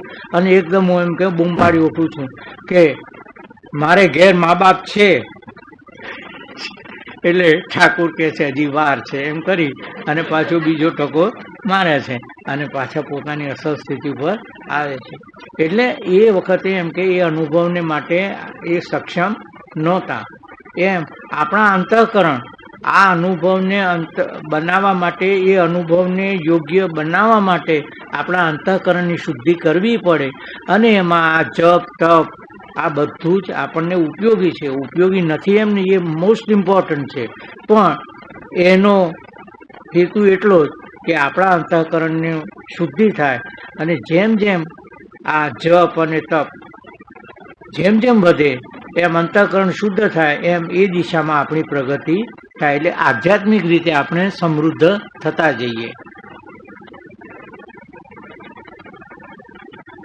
વાત લાંબી છે પણ કહી દઉં. પૂજ્ય મોટાએ એક વાત જગ્યાએ કીધું છે, તમને ખબર તો હશે બનતા સુધી, કે જપ એ અનિવાર્ય કેમ છે? આપણી સાધનામાં જપ એ અનિવાર્ય કેમ છે? તો પંચમહાભૂત અને પંચમહાભૂતના મહાભૂતનું સૂક્ષ્મ માત્રા એને તન્માત્રા કહેવાય. તો દરેકની તન્માત્રા હોય છે સૂક્ષ્મભૂત, કે જેમાંથી આ સ્થૂળભૂત થયા. તો પૃથ્વીની તન્માત્રા ગંધ કહેવાય, એ તો ખબર છે ને. જળની રસ કહેવાય, પછી તેજ અગ્નિ એનું રૂપ કહેવાય, પછી વાયુ એનો સ્પર્શ, અને આકાશ શબ્દ. બરોબર. હવે આપણે જે જપ કરીએ છીએ એ જપ એ શબ્દ જ છે ને. બરોબર. એટલે જે જપ આપણે સંખ્યા બહુ મોટા પ્રમાણમાં થવા માંડે, જેમ પૂજ્ય મોટા કહેતા કે મને દિવસમાં 12 કલાક કે 14 કલાક હું કરતો પણ એ મને ઓછા પડતા. બરોબર ને. એટલે સતત જપ કરીએ, જેમ જેમ જપની માત્રા વધતી જાય એમ આપણામાં જે પંચમહાભૂતો બ્રહ્માંડમાં છે, પંચમહાભૂત આ શરીરમાં છે તો ખરા જ ને. બરોબર. તો એમાં આકાશ તત્વનો વિકાસ થવા માંડે, કારણ કે શબ્દ બ્રહ્મની આકાશની તન્માત્રા છે. એટલે આકાશ થાય. આકાશ તત્વનો વિકાસ થવા માંડે. તો આકાશના ગુણો કયા કયા? સંભળાતું અસંખ્ય, બીજું સમતા, અને બીજું વ્યાપકતા. ખ્યાલ આવ્યો? બોલો છો ફરતી. હા, બરોબર. એટલે આપણે જેમ જેમ આપણી જપની સંખ્યા વધતી જાય એમ એમ અંતઃકરણની શુદ્ધિ એટલે શું? આ ભાવો આપણને થાય. અસંગતા. અસંગતા એટલે આ સંસારને ખેરવવો ના પડે. સંસારથી આપણે અળગા થવા માંડીએ કે આ જે પ્રતીત થાય છે મિથ્યા પ્રતીતિ છે, વાસ્તવિકમાં કંઈ નથી. વ્યાપકતા. વ્યાપકતા એટલે અત્યાર સુધી આપણે જે જીવીએ છીએ ને એ આપણી આસક્તિની દુનિયામાં જ જીવીએ છીએ. અત્યાર સુધી જે જીવીએ છીએ એ આપણી આસક્તિ, એટલે કે આપણે એક સર્કલ બનાવેલું છે, એ સર્કલની અંદર જ છે. પણ વ્યાપકતા એટલે કે એ બધાને ઓલ એમ્બ્રેસિંગ, બધાને લઈ લે. એમાં આ હું ને મારું એ કોઈ ભાવ રહે નહીં, જે કંઈ આવે એ. એટલે બીજું દ્રષ્ટાંત એમાં કહું કે પવહારી બાબા કરીને થઈ ગયા એક ઉત્તર ભારતમાં, ખરા. અને પવહારી બાબાનો મોટો આશ્રમ હતો. આશ્રમ હતો ને પોતે 6 ફૂટના અને મજબૂત બાંધાના હતા. એ પવહારી એટલે એના નિમિત્તે એક વિવેકાનંદની સાથે એક ભાઈ એક સાધુ વાત કરે છે. વિવેકાનંદ સાથે એક સાધુનો વાર્તાલાપ છે, એના અનુસંધાનમાં કહું. એ સાધુ એમ કે એ પવહારી બાબાનો આશ્રમ હતો ને એમાં એક ચોર એમ કે ચોરી કરવા ગયો અને બધું એક કોથળામાં એણે ભરીને આમ બાંધવા જતો હતો. ત્યાં પવહારી બાબા જાગી ગયા અને પૂરા 6 ફૂટના હતા. અને એને ખ્યાલ આવ્યો કે બાબા જાગી ગયા છે, એટલે એ નીકળતો હતો. અને પવહારી બાબા જાગીને જોયું તો અને કોથળો ભરેલો હતો. અને અલા કે ઊભો રે, અલા ઊભો રે, ઊભો રે. પણ પેલો તો દોડવા માંડ્યો કે હવે મને મારશે. એટલે પેલો કોથળો ખભે કરી અને એની પાછળ દોડ્યા. અલા ઊભો રે, ઊભો રે. પણ એમની તાકાત એટલી હતી કે પેલાને ખાલી હાથે દોડતા પેલા એને પકડી પાડ્યો કે ઊભો રે, તારે જરૂર હતી એટલે તું આવ્યો હતો ને બેટા, ઊભો રે. અને આ બધું હું તને આપવા આવ્યો છું, હું તને મારવા આવ્યો નથી. આટલું કીધું અને મારામાં પરિવર્તન થઈ ગયું કે હું બાબાના ચરણોમાં પડી ગયો કે બાબા હવેથી આજથી મેં પ્રતિજ્ઞા કરી છે કે હું હવે કદી ચોરી કરીશ નહીં અને હું તમારા ચરણ છોડીને જઈશ નહીં. અને બાબા પછી ઉઠાઈને પોતાના આશ્રમે લઈ ગયા. એ સંન્યાસી કહે છે કે એ જે ચોર હતો એ હું છું કે, અને હું તમારી સાથે વાત કરું છું. એટલે આ વ્યાપકતા, મારે કહેવાનો અર્થ છે કે વ્યાપકતા. નહીંતર ચોર હોય તો આપણે સામાન્ય તો એવું હોય ને કે ચોર ચોરી કરીને જતો હોય તેને પકડીને ફટકારો, પણ એમને થયું ના, એને જરૂર હતી ને લેવા આવ્યો હતો અને આ મારું છે એનું જ છે. એટલે આ વ્યાપકતા એમાં આવે છે. એટલે આ જેમ જેમ આપણે સાધન કરીએ છીએ તેમ આ ભાવો સ્વાભાવિક રીતે પ્રગટ થાય છે, એમાં કંઈ પ્રગટ કરવા પડતા નથી. જેમ બ્રહ્મ સત્ય છે તેમ જાગ્રત આદિ અવસ્થા ત્રણેય અવસ્થામાં સત્યરૂપ છે. જેમ બ્રહ્મ જ્ઞાન રૂપ છે તેમ ત્રણેય અવસ્થાને જાણે છે, માટે તું જ્ઞાન રૂપ છે. એટલે જો તું જાગ્રત અવસ્થામાં ત્રણેય અવસ્થામાં તું છે, માટે તું સતરૂપ છે. ત્રણેય અવસ્થાને તું જાણે છે માટે તું ચિદરૂપ છે. અને બ્રહ્મ આનંદરૂપ છે તેમ તું પરમ પ્રેમાસ્પદ છે, તેથી પરમ આનંદરૂપ છે. એટલે આ તું સચ્ચિદાનંદ આત્મા જ છે, તાર તું બ્રહ્મથી ભિન્ન નથી, એમ ગુરુ કહે છે. પછી બ્રહ્મની પેટે અસ્થિ જાયતે આદિ 6 વિકારોથી રહિત છે. અસ્થિ જાયતે એટલે આ 6 વિકારો શરીરના છે. અસ્થિ જાયતે, વર્ધતે, વિપરિણમતે, વિનક્ષ્યતે અને નશ્યતે. એટલે આ ત્રણેય પ્રકારના અસ્થિ લખવું એટલે લખી લો.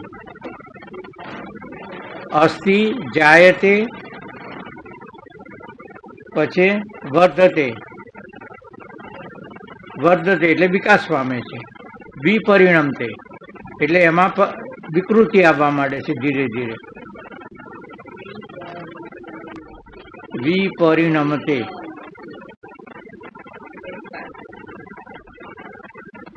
અસ્થિ જાયતે, વર્ધતે, વિપરિણમતે અને અપક્ષીયતે અને વિનશ્યતે. વિનશ્યતે અપક્ષીયતે એટલે પછી ધીરે ધીરે એમાં ઘટાડો થતો જાય. જે વર્ધતે આવ્યું પછી એમાં થવા માંડે ને, આ પગા દુખવા માંડે, આ છાપરું ધોળું થવા માંડે, આ બધું ભૂખા થવા માંડીએ, આ બધું થાય. તો આ દેહના ધર્મો છે, આત્મા સાથે એને સંબંધ નથી. આપણે કહીશું કે ભાઈ હું ગરડો થયો, હું ભૂખો થયો, પણ હકીકતમાં દેહ ગરડો થયો છે. અને એને જોવા વાળો તો હું ત્રણેય અવસ્થાને એવો ને એવો જ છું ને, એ અનુભવ છે આપણો. એટલે અને 6 ઉર્મિઓ, આ 6 વિકાર અને 6 ઉર્મિઓ. 6 ઉર્મિઓ કઈ કઈ? 6 વિકાર કીધા અસ્થિ જાયતે, અને 6 ઉર્મિઓ તો શોક મોહ, શોક મોહ, ક્ષુધા તૃષા અને જન્મ અને મરણ.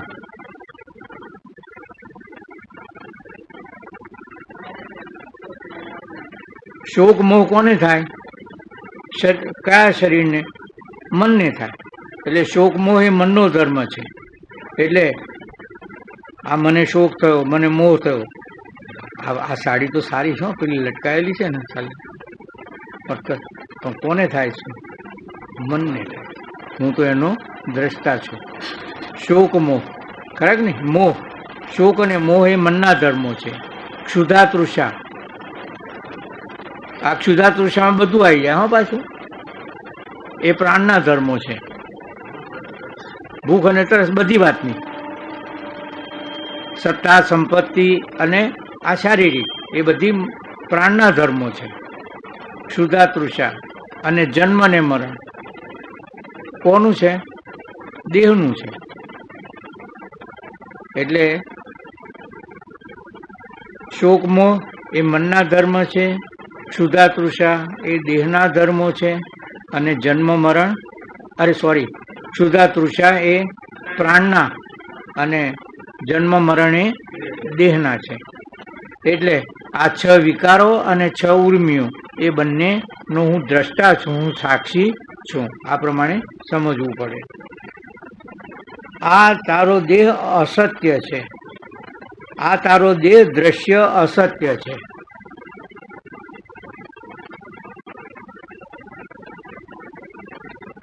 એટલે આ તારો દેહ દ્રશ્ય અને અસત્ય છે. એટલે જે દ્રશ્ય છે એ આકારવાળું છે ને, એટલે આકારવાળું છે તો જન્મ છે, એનો જન્મ છે. અને આ જન્મ પહેલાં એનું અસ્તિત્વ નથી. આપણા જન્મ પહેલાં આપણું અસ્તિત્વ હતું, એટલે પહેલાં અસ્તિત્વ નથી. અત્યારે અસ્તિત્વ છે અને છેલ્લો વરઘોડો નીકળી જશે પછી અસ્તિત્વ નહીં રહે. એટલે આમ શાસ્ત્રમાં કહેવાય પ્રાગ ભાવ. આ પ્રાગ ભાવ એટલે જન્મ પહેલા એનો ભાવ. અને પ્રધ્વંસા ભાવ એટલે નાશ પછી એનો ભાવ. હવે આપણા શરીરની 3 અવસ્થાઓ, પ્રાગ ભાવ અને પ્રધ્વંસા ભાવ. આપણા આ શરીરની 3 અવસ્થાઓને પ્રાગ જન્મ પહેલા એનો અભાવ હતો, અત્યારે એની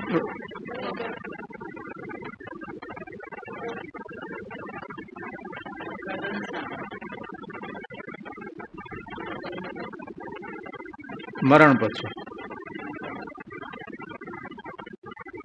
આપણા શરીરની 3 સ્ટેજ, જન્મ પહેલા એનું અસ્તિત્વ નહોતું, અત્યારે અસ્તિત્વ છે અને પછી અસ્તિત્વ નહીં રહે. તો 3 તબક્કાઓ કહો, સ્ટેજ કહો, એમાં 2 અવસ્થાઓ, 2 સ્ટેજ ખોટા છે.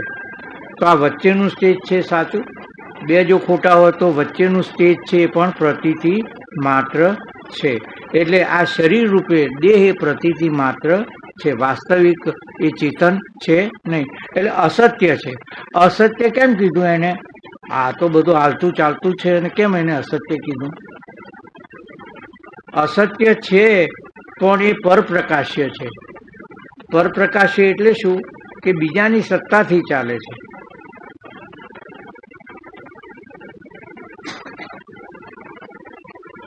ગાડી હોય 50ની સ્પીડે ચાલે, રિવર્સ ચાલે, આગળ ચાલે, બધું ચાલે, પણ જ્યાં સુધી ડ્રાઈવર ન બેઠો હોય ત્યાં સુધી એ ચાલે ખરી? એટલે એની સત્તાથી ચાલે છે ને.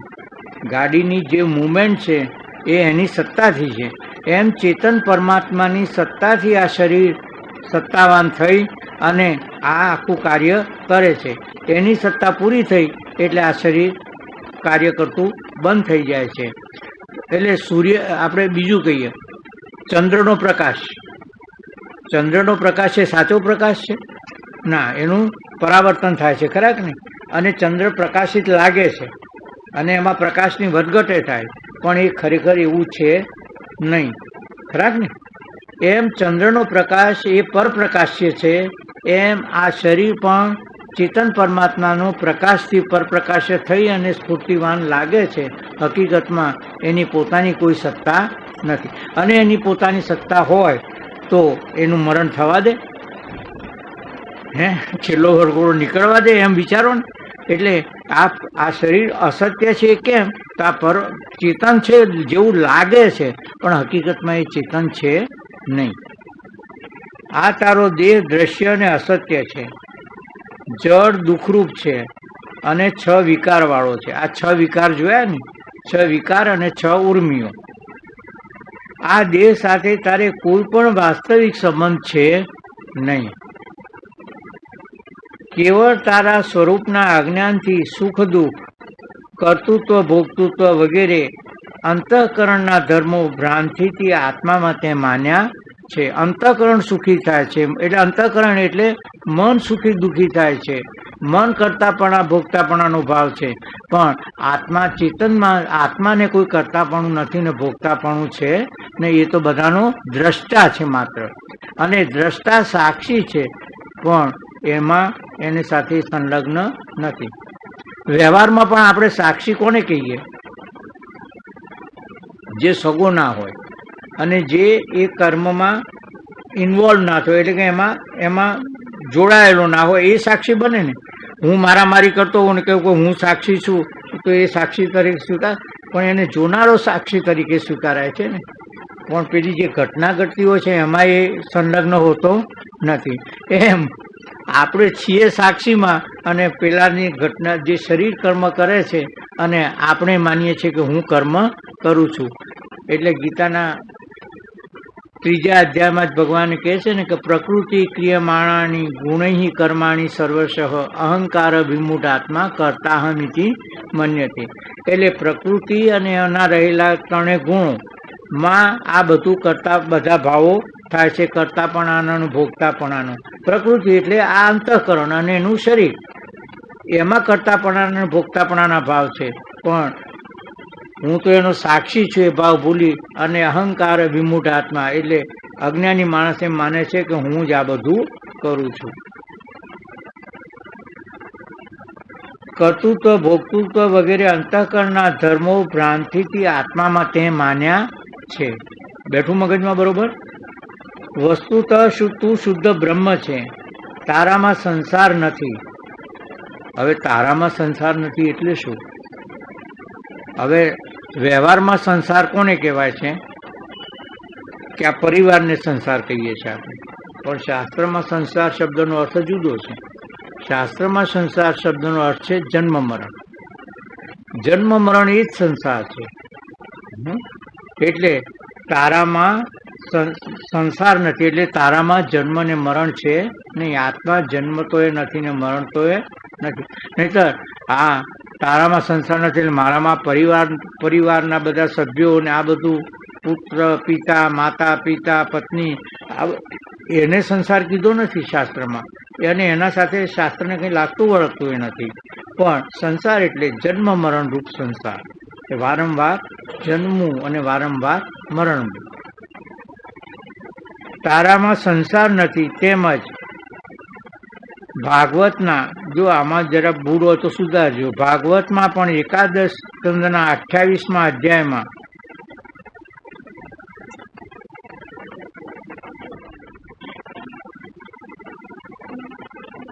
સુધારવો સુધારી લેજો પેલા.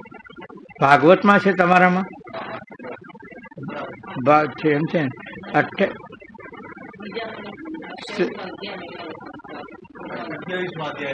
અધ્યાયમાં ભાગવતનું, એટલે ભાગવત નહીં પણ ભગવાનનું. બીજી વખત જે ભાગવત છે ને ત્યાં ભગવાન કરજો. ભગવાનનું ઉદ્ધવજી પ્રત્યે ઉપદેશ વાક્ય છે.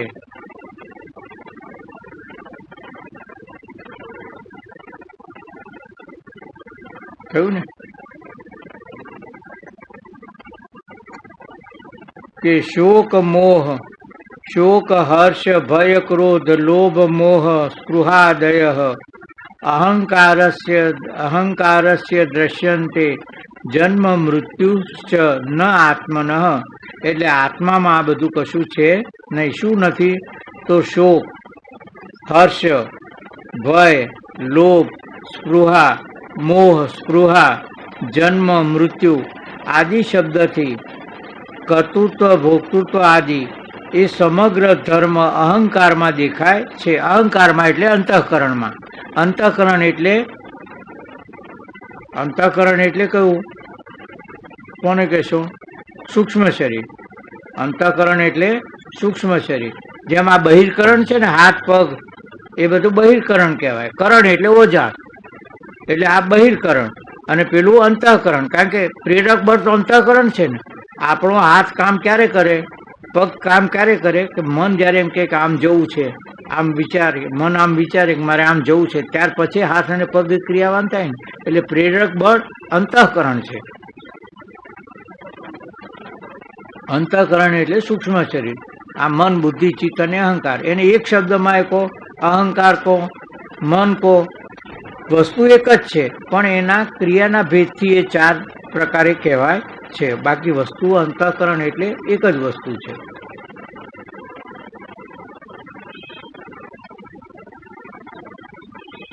થઈ ગયું? જન્મ મૃત્યુ આદિ શબ્દથી કર્તૃત્વ ભોક્તૃત્વ આદિ એ સમગ્ર ધર્મ અહંકારમાં દેખાય છે, એટલે સૂક્ષ્મ શરીરમાં દેખાય છે. આત્મામાં તે દેખાતા નથી. આત્માનો એ ધર્મ નથી. કેમ કે સુષુપ્તિ સમાધિ આદિ અવસ્થા આત્મામાં છે. કેમ કે સુષુપ્તિ સમાધિ આદિ અવસ્થામાં આત્મા છે.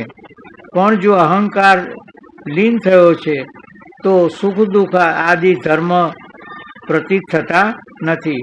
એટલે આ અહંકાર લીન થઈ જાય એટલે આપણે ગાઢ સુષુપ્તિમાં આપણી સૂક્ષ્મ શરીર લય પામી જાય છે ને, તો ત્યાં આગળ પછી આપણને સુખ દુઃખનો અનુભવ થાય છે, ખરા કે નહીં? હવે આ આપણે સુષુપ્તિનો આપણે વિચાર કરીએ ને તો બહુ ઝડપથી આપણને આપણા સ્વરૂપ વિશે આપણને ખ્યાલ આવે. સુષુપ્તિમાં આપણી કોઈ ઇન્દ્રિય કામ કરતી નથી, ખરા કે નહીં? આપણે ક્યાં છીએ એની પણ કંઈ ભાન નથી. છતાં પણ જાગ્રત થઈએ છીએ ત્યારે આપણને એટલો તો અનુભવ થાય છે ને કે હું સુખેથી સૂતો હતો. એને જાણવા વાળો કોણ? તો આ ઇન્દ્રિયો એ હું નહીં, બધું નહીં ને. આ શરીર એ પણ લય પામી, શરીરનો ભાન નથી. આપણા મન બુદ્ધિ એ વખતે કંઈ કામ કરે છે? કશું જ કામ કરતા. છતાં પણ આપણે જાગીએ, ગાઢ નિંદ્રા થઈ 2 કે 4 કલાક, હા આ તો સરસ ઊંઘ આવી. એ અનુભવ કરનારો કોણ છે? એ જે અનુભવ કરનારો છે એ હું છું. એટલે આ બધાનો લય થયા પછી, મન બુદ્ધિ ચિત્ત અહંકાર, એ બધાનો લય થયા પછી જે અવશેષ રહે છે એ હું છું. એટલે સર્વ અશેષ વિશેષનો નિષેધ કરતા જે નિર્વિશેષ રહે છે, સર્વ અશેષ વિશેષ એટલે જે કંઈ આકાર વિકાર વાળું જે કંઈ છે એ બધાનો નિષેધ કરતા, એટલે બધાનો હું નથી કરતા જે અવશેષ રહે છે એ હું ચેતન આત્મા છું. એટલે આ બધાને દ્રશ્ય કોટીમાં મૂકી અને એના પાછળ એના અધિષ્ઠાન રૂપે જે હું છું એ હું સાક્ષી ચેતન છું. એટલે જ્યારે આપણે સાક્ષીનો અનુભવ અગર તો વિચાર કરવો હોય ત્યારે એક શરીરનો નહીં પણ સમગ્ર અવસ્થાનો વિચાર કરવાનો. આ જાગ્રત અવસ્થામાં, આ અવસ્થામાં આપણે આ બધાને સાંકળી લઈએ છીએ કે નહીં, એમ આ અવસ્થાનો સાક્ષી એટલે કે જે કંઈ પ્રતીત થાય છે બધાનો હું સાક્ષી છું. એક આ અંતઃકરણનો નહીં, આ શરીરનો જ નહીં પણ બધાનો હું સાક્ષી છું. એટલે અવસ્થા, આખી જાગ્રત અવસ્થાનો હું સાક્ષી છું. એ ભાવમાં જેમ જેમ સ્થિર થતા જઈએ એમ આનાથી આપણે અળગા થતા જઈએ. ખ્યાલ આવ્યો કે નહીં? આખા અવસ્થાનો સાક્ષી છું એટલે જે કંઈ દ્રશ્ય થાય છે એ બધાનો હું દ્રષ્ટા સાક્ષી છું. હું એમાં ઇન્વોલ્વ, હું એમાં સંલગ્ન નથી એમ. એટલે જે કંઈ દેખાય છે એ પ્રતીતિ માત્ર છે. આ દ્રઢતા કરવી પડે. અવસ્થામાં આત્મા છે પણ જો અહંકાર લીન થયો છે તો સુખ દુઃખ આદિ ધર્મ પ્રતીત થતા નથી ને જાગ્રત આદિમાં, જાગ્રત અહંકારમાં સુખ દુઃખ આદિ પ્રતીત થાય છે. માટે તે ધર્મ અહંકારમાં છે ને આત્મા નિર્વિકાર છે. હવે આ બીજી રીતે વિચાર કરવાનું કહે છે કે જ્યારે હું સુષુપ્તિમાં હતો ત્યારે મને કોઈ પણ સુખ દુઃખની ભ્રાંતિ નહોતી. સ્વપ્નમાંથી, સુષુપ્તિમાંથી હું સ્વપ્ન અવસ્થામાં આવ્યો તો સ્વપ્ન અવસ્થામાં મને બંને થાય છે, સુખ અને દુઃખ બંને થાય છે. ખરા ને? સારું એ અનુભવમાં આવે છે ને ખરાબ એ થાય છે કે નહીં? બરોબર. અને જાગ્રતમાં પણ મને સુખ અને દુઃખનો અનુભવ થાય. તો સ્વપ્નમાં એટલે કે સુષુપ્તિમાં શું હતું નહોતું, અને સ્વપ્નમાં અને જાગ્રતમાં શું મારી સાથે સંકળાયું એ વિચાર કરવો પડે. કે સુષુપ્તિમાં કશું નહોતું ત્યારે હું સુખ અને દુઃખનો, મને કોઈ સુખ અને દુઃખનો અનુભવ નહોતો. પણ જેવો સ્વપ્નમાં આવ્યો એટલે મન એની સાથે આવ્યું, મન એની સાથે જાગ્રત થઈને આવ્યું એટલે મનનો મારી સાથે સંગ થયો એટલે મનના જે ભાવો હતા એ સુખ દુઃખ આદિ મને અનુભવમાં આવ્યા કે મને સુખ અને દુઃખનો અનુભવ થયો. એમ જાગ્રતમાં હું આવ્યો ત્યારે પણ મન બુદ્ધિ બધું મારા અહંકાર કહો, મન કહો, બુદ્ધિ કહો, એ મારી સાથે સંકળાયું એટલે સુખ અને દુઃખનો અનુભવ થયો. તો સુખ અને દુઃખનો અનુભવ કરવાવાળું મન છે એ મન જો સંયમમાં આવી જાય તો જાગ્રત અવસ્થામાં પણ આપણે સુષુપ્તિ અવસ્થાનો લાભ લઈ શકીએ કે ના લઈ શકીએ? જો મનથી અળગા રહીએ તો. ખ્યાલ આવ્યો? આ ત્રણેય અવસ્થાનો સાથે વિચાર કરીએ ને આ રીતે કે જાગ્રત અને સ્વપ્નમાં મારી સાથે મન સંકળાય છે અને મન સંકળાય છે તો મને સુખ દુઃખનો અનુભવ છે થાય. પણ જો મન મારા સંયમમાં હોય, હવે પેલી ષટ સંપત્તિમાં વિચાર કરો તો સમ પહેલું જ છે, ખરા કે નહીં? એટલે મન સંયમમાં હશે તો જેટલું મન આપણું સંયમિત હશે એમ સુખ દુઃખનો અનુભવ ઓછો થશે. એટલે એના દ્રષ્ટા તરીકે આપણે રહીશું. એટલે જ્યારે જ્યારે પણ મન આદિ કંઈ, એટલે કે આપણને કંઈ ડિમાન્ડ થાય, આ વસ્તુ પ્રાપ્ત થાય તો હું સુખી, તો સમજવું કે આ તો ડિમાન્ડ મનની છે, આત્મા તો એનો સાક્ષી છે. એટલું પ્રભુદાસનું એક ભજન છે, ખબર છે? સુખને ન શોધ મનવા તું અન્યના આધારે, કોઈને મળ્યું ના મળશે એ જગતના. બધાય ભજન તો ગાયેલું છે, બોલો ને. પણ એનો અર્થ શું? સુખને ન શોધ મનવા તું અન્યના આધારે એટલે શું? અત્યારે આપણે સુખને પ્રાપ્તિ કરવાની ઈચ્છા કરીએ છીએ તો આ વસ્તુ મને પ્રાપ્ત થાય તો હું સુખી, મને પૈસો પ્રાપ્ત થાય તો હું સુખી, મને સ્ત્રી પ્રાપ્ત થાય તો હું સુખી, મને પુરુષ પ્રાપ્ત થાય તો હું સુખી, અને બંને હોય તો કે છે મને બાળક થાય તો હું સુખી. એટલે આ સુખ અન્યના આધારે થયું ને. પણ એ સુખ તો આવવા વાળું ને જવા વાળું છે. પુરુષને એમ થાય કે પત્ની સ્ત્રી મને મળે, પણ એ મળે આવે અને સુખી લાગે ખરું, પણ એ બંનેમાંથી એકનો તો નિકાસ થાય ખરો, તો પાછું દુઃખ તો આવીને ઊભું રહ્યું ને. એટલે અન્યના આધારવાળું સુખ છે એ આત્માનું સુખ છે નહીં. આત્મા તો સ્વયં પ્રકાશ છે અને પોતે જ સુખ સ્વરૂપ છે. એટલે આ સ્વરૂપનો જ્યારે આપણા સ્વરૂપનો અનુભવ થશે ત્યારે એ સચ્ચિદ આનંદ આત્મા આપણે કહીએ છીએ ને, તો એ અનુભવમાં આપણે સ્થિર થઈશું. પછી આપણને જગતના પદાર્થોમાંથી આ સુખની પ્રાપ્તિ. આ કારણ કે આપણામાં એક અપૂર્ણતાનો ભાવ છે, એ ભાવ પૂર્ણ કરવા માટે આપણી આ બધી પ્રવૃત્તિ છે. પણ જ્યારે આપણને આ પૂર્ણતાનો અનુભવ થશે પછી આ અપૂર્ણતા તરફ આપણું લક્ષ્ય જશે નહીં. એટલે કે છે કે અહંકારમાં સુખ દુઃખ માટે તે ધર્મ અહંકારમાં છે, તે આત્મા અને આત્મા નિર્વિકાર છે. એટલે આ બધા મનના ધર્મો છે, આત્માના ધર્મો નથી. એવો સદગુરુ જ્યારે બોધ કરે છે ત્યારે શિષ્ય વિચાર કરીને દેહનું અજ્ઞાન મૂકી હું બ્રહ્મ સ્વરૂપ છું એવો નિશ્ચય કરે છે અને સંસાર દુઃખથી મુક્ત થાય છે. સંસાર દુઃખથી એટલે જન્મ મરણથી એ મુક્ત થાય છે. કારણ કે જન્મ મરણ કોના છે? શરીરના છે. અને શરીરના જન્મ મરણ કેમ છે એ પાછું વિગતવાર જોવા જઈએ તો આપણું આ સ્થૂળ શરીર તો અહીંયા ભસ્મીભૂત થઈ જાય છે, પણ આપણા જે સૂક્ષ્મ શરીર છે ને એ સૂક્ષ્મ શરીરમાં જે કંઈ ઈચ્છાઓ, આપણી જે કંઈ વાસનાઓ ઈચ્છાઓ જે બાકી રહી છે એ બાકી રહેલી એ સૂક્ષ્મ શરીર આ શરીરમાંથી નીકળી જાય છે. આ સૂક્ષ્મ શરીર જ્યારે આપણું શરીર શાંત થાય છે ત્યારે આ શરીરને તો અગ્નિદાહ દેવાઈ જાય છે, બરોબર? ત્યાં નીકળી શું જાય છે? આત્મા નીકળી જાય છે. આપણે બીજા બધા માનીએ બધું બરોબર છે, પણ આપણે વેદાંતિ તરીકે શું વિચારવાનું? આ સૂક્ષ્મ શરીર નીકળી જાય છે. અને સૂક્ષ્મ શરીર જે મન બુદ્ધિ ચિત્ત અહંકાર અને જેમાં ચેતનનું પ્રતિબિંબ પડેલું છે એ પ્રતિબિંબ સાથે જીવ એ આ શરીરમાંથી નીકળી જાય છે. અને એ શરીરમાં એ જે જીવમાં જે વાસનાઓ અધૂરી છે એ અધૂરી વાસના પૂરી કરવા માટે એ યોની અને એવા મા બાપ એ શોધવા માંડે છે.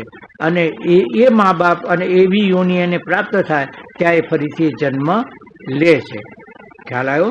એટલે આ શરીર છૂટી જાય છે ત્યારે આપણું સૂક્ષ્મ શરીર છે એ સૂક્ષ્મ શરીર એમાં જે વાસનાઓ છે એ વાસનાઓ, અને વાસનાઓ કેમ છે?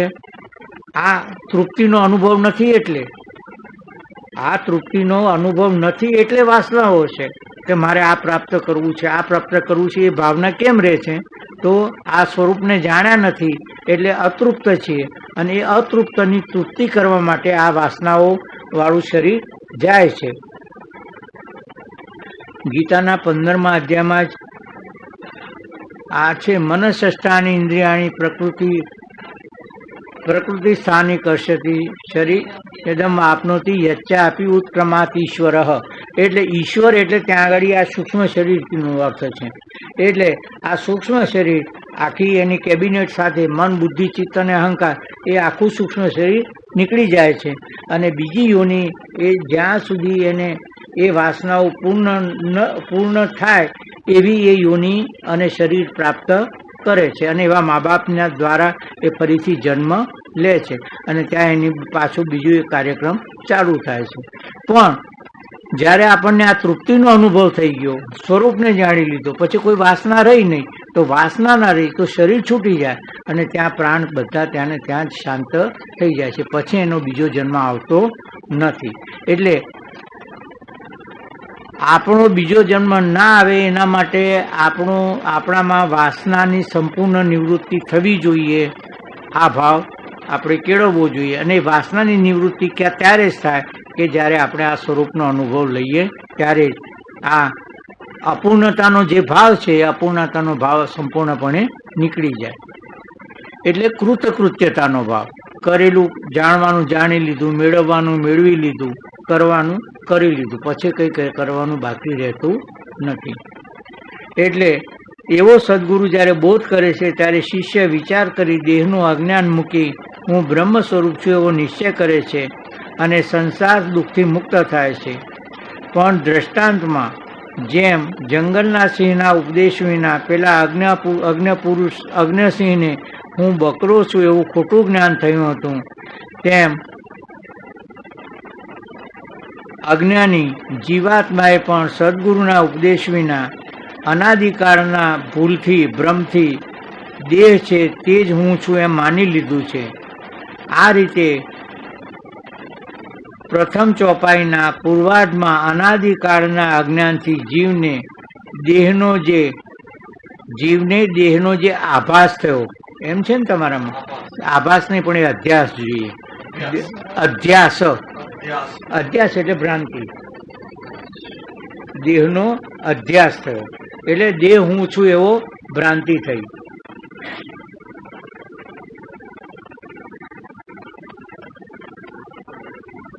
પૂર્વાર્ધમાં અનાદિકાળના અજ્ઞાનથી જીવને દેહનો અધ્યાસ થયો છે તેનું વર્ણન કર્યું.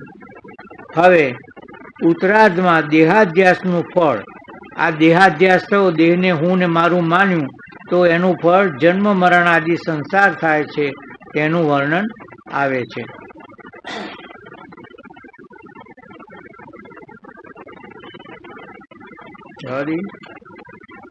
પૂરું કરી દી. તો ઉત્તરાર્ધમાં દેહાધ્યાસનું ફળ જન્મ મરણ આદિ સંસાર થાય છે તેનું વર્ણન આવે છે. હવે એક કિલ્લો છે, એટલે આ ટૂંકમાં કહું છું, એક કિલ્લો છે. એ કિલ્લાની અંદર એક અંધ પુરુષ રહેતો હોય, એટલે એક અંધ પુરુષ હોય છે અને એને કિલ્લાની બહાર નીકળવું હોય છે. તો એ આમ અંધ છે એટલે શરીરને કે નીકળવું છે. તો એ કોઈને પૂછે છે કે ભાઈ મારે આ કિલ્લાની બહાર નીકળવું છે, તો કેવી રીતે નીકળવું? તો કહે છે કે તું ભાઈ ટીકતો જા, અને એક જ દરવાજો છે કિલ્લાને એક જ દરવાજો છે. પહેલાના ગામડાઓ તો કિલ્લાવાળા હતા, એ તો ખ્યાલ હશે બધાને. તો એક દરવાજો છે અને એ દરવાજામાંથી પછી તું બહાર નીકળી શકશે. હવે પેલો ટેકતો જાય છે બિચારો અંધ, અને ખાડા ખડિયા મળ મૂત્ર પડેલું હોય છે એમાંથી ભટકતો જાય, અને જ્યાં દરવાજો આવે છે ત્યાં એના હાથે ખરજ આવે છે. એટલે ખરજતો 4 ડગલા કે 5 ડગલા ચાલે છે, પેલો દરવાજો નીકળી જાય છે અને પાછો ચક્કર મારે છે. આમ ચક્કર ચાલુ રહે છે. તો આ ખરજ અને દરવાજો, એટલે આ મનુષ્ય શરીર છે એ દરવાજો છે અને ખરજ છે વાસના છે. એટલે આ સંસાર રૂપી ચક્રમાંથી, જન્મ મરણ રૂપી સંસારના ચક્રમાંથી, કિલ્લામાંથી નીકળવું હોય તો આ મનુષ્ય શરીર જ એક યોનિ એવી છે કે જેમાંથી આપણે બહાર નીકળી શકીએ. એટલે કિલ્લાનો દરવાજો એક જ છે. એટલે જે 84 લાખ યોનિ છે એમાં આ યોનિ જ એક એવી છે કે જેમાંથી આપણે જન્મ મરણ રૂપ સંસારમાંથી બહાર નીકળી શકીએ. એટલે આ એક જ દરવાજો છે. પણ પેલી ખરજ આવે છે એટલે ખરજથી આપણે આ દરવાજો ચૂકી જવાય છે.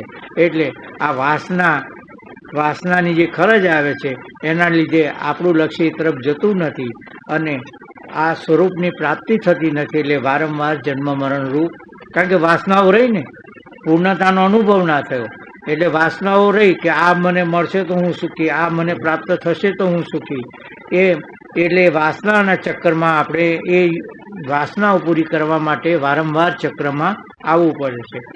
પણ આપણે એક એવી અવસ્થા પ્રાપ્ત કરીએ કે જ્યારે કોઈ પણ વાસના રહે નહીં, તો પછી બીજી વખત જન્મ મરણ આવે નહીં. અને વાસના ક્યારે ના રહે કે જ્યારે આપણને આપણા હું કોણ છું અને કેવો છું એવો અનુભવ થઈ જાય. અને એનું વર્ણન કોઈ જગ્યાએ થઈ શકે એવું નથી. સ્વરૂપનું અનુભવ એનું વર્ણન કોઈ જગ્યાએ થઈ શકે એવું નથી, અને કોઈએ કર્યું નથી, કરી શકાય એમ નથી, છતાં પણ એ અનુભવને યોગ્ય છે. એટલે રામકૃષ્ણ પરમહંસ કહે છે કે બ્રહ્મ અજૂઠું છે. અજૂઠું એટલે અજૂઠું આપણે મોઢેથી જો જે વસ્તુ ખાઈએ એ કોઈ પદાર્થ ખાઈએ એ જૂઠું થઈ જાય ને, એમ આપણે બોલીએ એ જૂઠું તો જૂઠું. બ્રહ્મ આવું છે એમ કોઈ કહી શકે નહીં, એટલે બ્રહ્મ અજૂઠું છે. બ્રહ્મ આવું છે એવું કોઈ કહી શકે એવું નથી, છતાં પણ એ અનુભવને યોગ્ય છે. અને કેવી રીતે અનુભવ થાય કે સર્વ અશેષ વિશેષનો બાદ કરતા જે નિર્વિશેષ તત્વ છે એ તત્વમાં સ્થિરતા થવી. તમે શિવ મહિમ્નનો પાઠે કરતા હશો ખરા ને? તો બીજો શ્લોક છે ને, અતદ્વ્યાવૃત્યાયામ ચકિતમ અભિધત્તે શ્રુતિરપી. અતદ્વ્યાવૃત્યાયામ, ભગવાન તમારું સ્વરૂપ કેવું છે? શિવજીનું સ્વરૂપ કેવું છે? અતદ્વ્યાવૃત્યાયામ ચકિતમ અભિધત્તે શ્રુતિરપી. એટલે હે પ્રભુ, તમારું સ્વરૂપ એવું છે કે શ્રુતિ એટલે કે ઉપનિષદ, વેદ પણ તમે આ નથી એમ કહી શકે છે, પણ આમ છો એમ કહી શકતી નથી. એટલે આ અતદ્વ્યાવૃત્યાયામ એટલે આ નહીં એમ. એટલે સત સ્વરૂપ પરમાત્મા શું છે એ કહી શકાતું નથી, પણ અસત શું છે તો સમજણ પડે ને.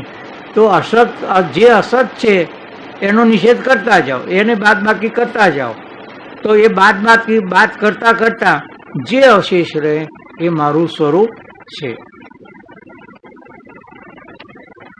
એટલે આ 84 લાખ યોનિમાં એનું અંધનું ઉદાહરણ આ પ્રમાણે છે, આપણે જોઈ લઈએ. હવે એ માટે પોતાનું સ્વરૂપ ભૂલી દેહમાં તેનો અધ્યાસ, જો પેલો આભાસ છે એ પાછો સુધારજો, અધ્યાસ કર્યો છે. જે માટે પોતાનું સ્વરૂપ ભૂલી દેહમાં તેનો અધ્યાસ કર્યો છે તે સારું 84 લક્ષ યોનિમાં વારંવાર ફરે છે અને ફરી ફરી જન્મ મરણ તે ભોગવે છે. તે વિશે નીચે એક દ્રષ્ટાંત કહું છું, તેથી સમજવું. કોઈ મોટા શહેરમાં એક આંધળો હતો. તેને શહેરમાં અનેક પ્રકારના દુઃખથી શહેરની બહાર જવાની ઈચ્છા થઈ. તેથી કોઈ પુરુષને પૂછ્યું કે ગામ બહાર જવાનો રસ્તો ક્યાં છે? ત્યારે તે પુરુષે જવાબ દીધો કે આ ગામને દરવાજો એક જ છે. તેથી તું કિલ્લાને હાથ લગાડતો ચાલવા માંડ, અને જે ઠેકાણે દરવાજો આવે તે ઠેકાણે ગામ બહાર જવાનો રસ્તો છે. જ્યાંથી નીકળીને જજે, એટલે તું સુખી થઈશ. આવું સાંભળીને આંધળો કિલ્લાને હાથ લગાડતો ચાલ્યો, અને ચાલતા ચાલતા જ્યારે દરવાજો આવ્યો તે વખતે અંધના શરીરમાં કુંડું એટલે દાદર હતી તેની ચળ આવી, અને એ ટાણે કિલ્લાને લગાડેલો હાથ ઉપાડીને ખંજવાળવા લાગ્યો ને ચાલવા માંડ્યું. અને ખરજ જ્યારે બંધ થઈ અને પાછો જ્યાં હાથ મૂકે છે ત્યાં તો પાછો કિલ્લો આવી ગયો, દરવાજો નીકળી ગયો, અને દરવાજો તો ચાલતા ચાલતા પાછળ રહી ગયો. તેથી તે મોટા શહેરના કિલ્લામાં ફરીને મહાદુઃખ ભોગવે છે. રસ્તામાં કાંટા વાગે છે અને ગામના મળમૂત્રમાં પડી જાય છે. તડકામાં ઘણો તપે છે અને વાયુથી ધૂળ ઉડી આંખમાં પડે છે, તેથી હેરાન થાય છે. આ રીતે ફરીને જ્યારે દરવાજા પાસે આવે છે તે જ વખતે પૂર્વના કોઈ કર્મદોષથી પાછી ખરજ આવે છે અને દરવાજો પાછળ રહી જાય છે.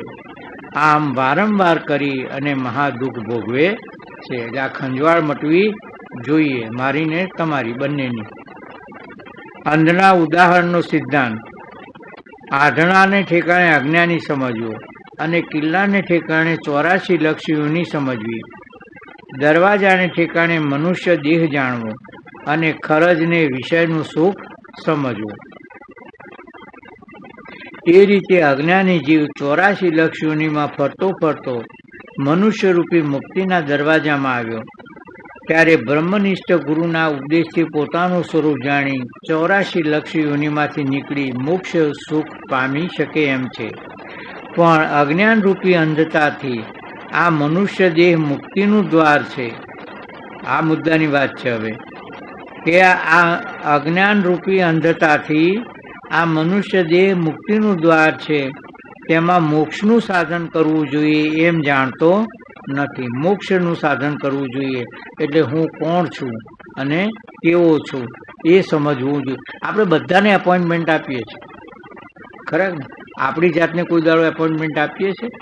રોજ 10-15 મિનિટ એકાંતમાં બેસી અને એવો સમય વિચારવો કે હું કોણ છું ને કેવો છું. આવી રીતે 10-15 મિનિટ, વધારે નહીં શરૂઆતમાં, તો ધીરે ધીરે ધીરે આપણને દ્રઢતા થાય. એટલે અને પછી દિવસમાં આપણે અગાઉ વાત કરીને એમ વારંવાર કે હું કોણ છું, હું સચ્ચિદાનંદ આત્મા છું. અગર તો આપણું જે જપનો જે હોય એ જો ટૂંકો હોય તો વારંવાર એનું સ્મરણ કરવું, વારંવાર. તો આ રીતે આપણે એમાં આપણી સમૃદ્ધિ થવા માંડે, એટલે અંતઃકરણની શુદ્ધિ થવા માંડે. તેમાં મોક્ષનું સાધન કરવું જોઈએ એમ જાણતો નથી અને નાના પ્રકારના વિષય ભોગ અને અસદ આચરણ રૂપી ખરચથી આખું આયુષ્ય વ્યર્થ કાઢે છે. અસદ આચરણ એટલે એને કેના પ્રકારે વસ્તુ પ્રાપ્ત થવી જોઈએ, મને મારી જે ઈચ્છિત વસ્તુ હોય, જે કંઈ હોય, મને એને કેના પ્રકારે આવું અસદ આચરણથી વ્યવહાર કરે છે. જેમ દાદર ઉપર ખરચ ઘણી મીઠી લાગે છે, ખરા ને, પણ પછી લોહી નીકળે, ખરા. શરૂઆતમાં બહુ મીઠું લાગે આમ ખરચ કરવાનું, અને પછી જ્યારે લોહી નીકળે ત્યારે અરે રે, એ તો જેને થયું હોય ખરચ કે પેલું શું કહેવાય દાદર અને પેલું ખરજવું, ખરજવા ઉપર પણ આ તકલીફ આવી થાય છે. તેમ નાના પ્રકારના વિષય ભોગ ભોગવવા અતિશય પ્રિય લાગે છે. તેથી મરવા સુધી પણ તે વિષયોમાંથી આસક્તિ મૂકી અને પરમેશ્વરમાં પ્રીતિ કરતો નથી. એમ કરતા કરતા પ્રાણ ગયા એટલે મનુષ્ય દેહ રૂપી મોક્ષ દ્વાર ગયું અને 84 લક્ષ યોની રૂપી કિલ્લો હાથ આવ્યો. એમાં બળદ, ઘોડા, ગધેડા આદિ પશુના શરીર ધારણ કરી અને મહાદુઃખ ભોગ. એટલે આપણો બીજો જન્મ કેવો આવશે એ શી ખબર. એટલે બને એટલું અત્યારે આ જન્મમાં આ રીતે આપણે સાધન કર્યું હોય તો 2 કે 3 જન્મમાં આપણું આ કાર્ય સિદ્ધ થઈ શકે છે. આ અત્યાર સુધી આપણે પાછલા જન્મમાં કેટલું કર્યું એ તો આપણને ખબર નથી, પણ હવે આપણને ખ્યાલ આવ્યો છે. તો બને ત્યાં સુધી અસદ આચરણ ન થાય, જીવન સંયમી અને આ ભગવત પ્રાપ્તિ માટેના જે સાધનો છે એ આપણા જીવનમાં પ્રગટ કરતા જઈએ તો 1-2 જન્મમાં આપણે આનું નિરાકરણ કરી શકીએ છીએ. એટલે નહીતર આ જન્મમાં જ એક કર્મ એવું થઈ ગયું હોય. શંકરાચાર્ય ભગવાને લઘુ વૃત્તિ વાક્ય એક જ લઘુ વાક્ય વૃત્તિ લઘુ વાક્ય વૃત્તિ નામના ગ્રંથમાં બીજા શ્લોકમાં એમ કીધું છે કે મનુષ્ય એક જન્મમાં 100 જન્મનું પાથું ભેગું કરી લે છે. એક જન્મમાં 100 જન્મનું પાથું ભેગું કરી લે છે. એટલે કર્મો એવા કરે છે કે બીજા કર્મો ન કરે તો 100 જન્મોમાંથી તો એને છૂટી શકે એવું નથી હોતું. તો આપણા તો અનેક જન્મો થઈ ગયા અત્યારે, તો આપણા કેટલા જન્મોનું ભાથું આપણે ભેગું કર્યું છે. મુક્તિનું નહીં પણ કેટલા જન્મોનું ભાથું છે કે આપણે હવે બીજા કર્મો ન કરીએ તો આપણે કેટલા બીજા જન્મો આવશે. અને આ બધા જન્મો બધાનો નિવૃત્તિ કરવી હોય તો એક જ ઉપાય છે કે જ્ઞાન, અને જ્ઞાન પ્રાપ્ત કરી લઈએ તો આ બધું નિવૃત્તિ થઈ જાય. એ કેવી રીતે આપણે આગળ જોઈશું. નહીં તો એક જ જન્મમાં આ બધું કેવી રીતે નિવૃત્ત થાય, તો એનું પણ નિવારણ છે. એમાં બળદ, ઘોડા, ગધેડા આદિ પશુના શરીર ધારણ કરી મહાદુઃખ ભોગવે છે. જે પશુ પર ભાર નાખી લાકડી મારીને ચલાવે છે તે પશુને કોઈ ઘાસ આપે તો ખાય, પાણી આપે તો પીએ. એ રીતે પશુને પોતાને સ્વાધીન કંઈ પણ વ્યવહાર થઈ શકતો નથી. પશુ પોતે કરી શકે છે, અને આપણે પણ એ યોનિમાંથી પસાર થયા જઈશું ને, તો પણ ન કહી શકે. થાકી જાય તો પણ ન કહી શકે કે હું થાકી ગયેલો છું, મારાથી ચલાતું નથી, તેથી કેવળ દુઃખ ભોગવે છે. મનુષ્ય દેહ પામીને આત્મજ્ઞાન સંપાદન ન કર્યું. મનુષ્ય શરીર પ્રાપ્ત કરીને આત્મજ્ઞાન સંપાદન ન કર્યું, હું કોણ છું એ જાણ્યું નહીં, તેનું ફળ એમ જ છે, એ છે કે 84 લાખ યોનિમાં તે ફરે છે અને ફરી ફરીને જન્મ મરણ પામે છે. માટે મનુષ્ય દેહ પ્રાપ્ત થયો છે, તેમ છતાં જે પુરુષ મોક્ષ પામવાનું સાધન કરતો નથી ને અધર્મથી કેવળ વિષય ભોગમાં જ સમગ્ર આયુષ્ય ગાળે છે, તે પુરુષ મનુષ્ય દેહ નષ્ટ થયા પછી પણ પશુ આદિ દેહ ધારણ કરી મોટા દુઃખ ભોગવે છે. પ્રબોધ સુધાકર નામના ગ્રંથમાં શ્રીમદ શંકરાચાર્યે કહ્યું છે કે નર દેહાદિ ક્રમણાત પ્રાપ્તો પશ્વ આદિ દેહાનામ સ્વત નવ ઉપર્ય જ્ઞાનમ પરમાર્થસ્ય અત્ર કાક વાર્તા. આત્મબોધ વિના એટલે હું કોણ છું એ જાણ્યા સિવાય, આયુષ્ય પૂરું થવાથી એટલે હું કોણ છું એ સુધી જાણ્યું નથી, એ વિના આયુષ્ય પૂરું થવાથી મનુષ્ય દેહનો નાશ થયા પછી જેઓ પૂર્વના પાપ કર્માદિ પશ્વાદિ દેહો શરીર ધારણ કરે છે, તેઓને તે પશુ આદિ અવતારમાં પોતાના શરીરનું પણ પૂરતું જ્ઞાન રહેતું નથી. ત્યારે તેઓને પરમ સુખ રૂપ પરબ્રહ્મનું જ્ઞાન થાય એ વાત તો કેમ જ કહેવાય. એટલે પશુ આદિ યોનિમાં એમને પોતાના શરીરનું ભાન નથી હોતું, તો આ પરમાર્થનું જ્ઞાન તો કેવી રીતે કરે? એટલે આપણું પણ જો આ રીતે થાય તો આપણો બીજો જન્મ આવે, અને આ રીતે થાય તો આપણે પણ મુશ્કેલીમાં મુકાઈ જઈએ.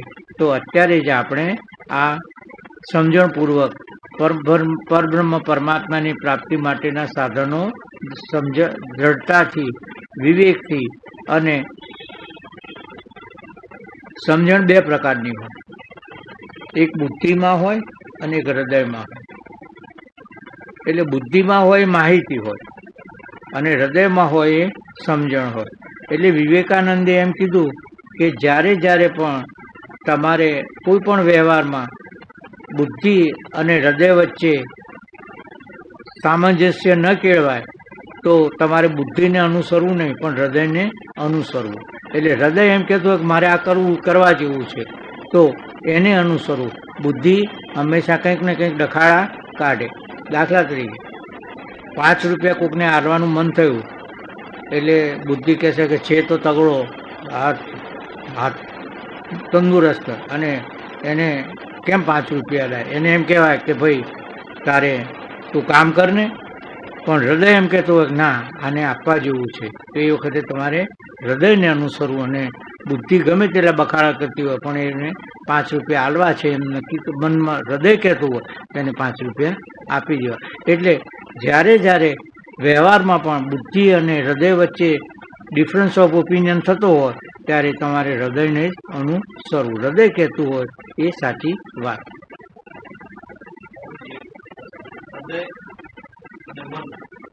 બુદ્ધિ હા હા હા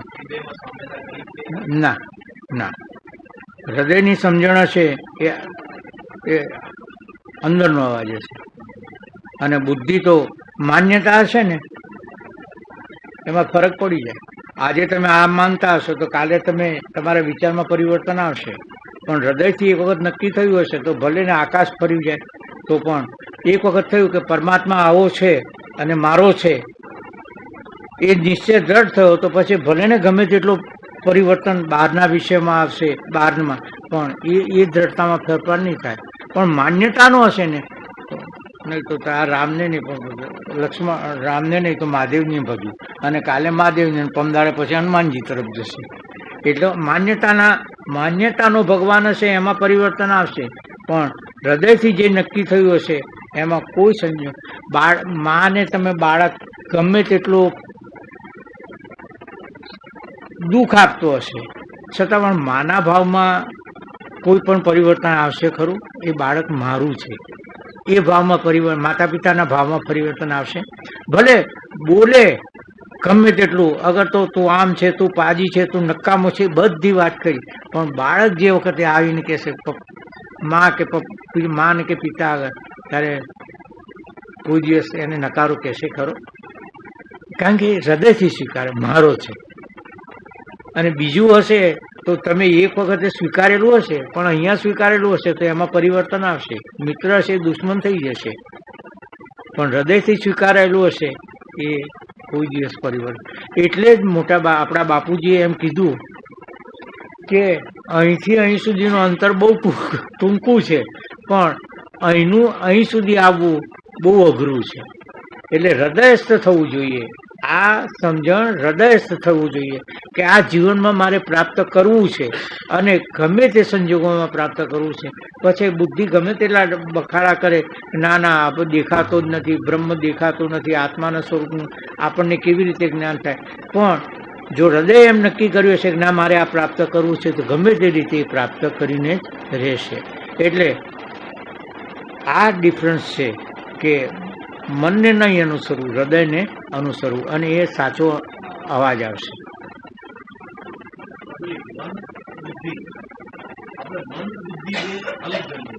છે એક જ છે.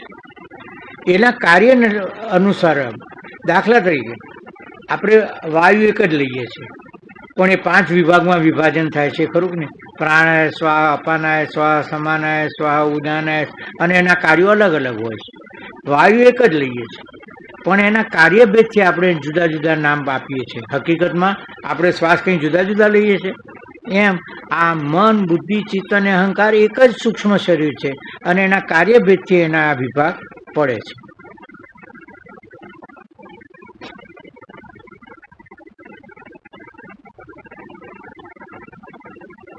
તેઓને તે પશુ આદિ અવતારમાં પોતાના શરીરનું ભાન પૂરું જ્ઞાન રહેતું નથી, ત્યારે તેઓ પરમ સુખરૂપ પરબ્રહ્મનું જ્ઞાન થાય એ વાત તો કેમ જ કહેવાય?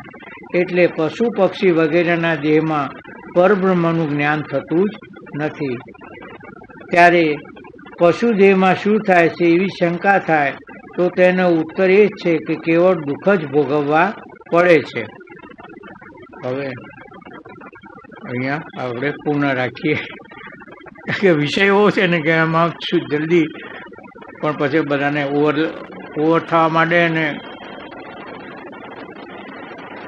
આ પશુ આદિમાં કેવળ દુઃખની પ્રાપ્તિ થાય છે એનું વર્ણન છે એ આપણે કાલથી જોઈશું.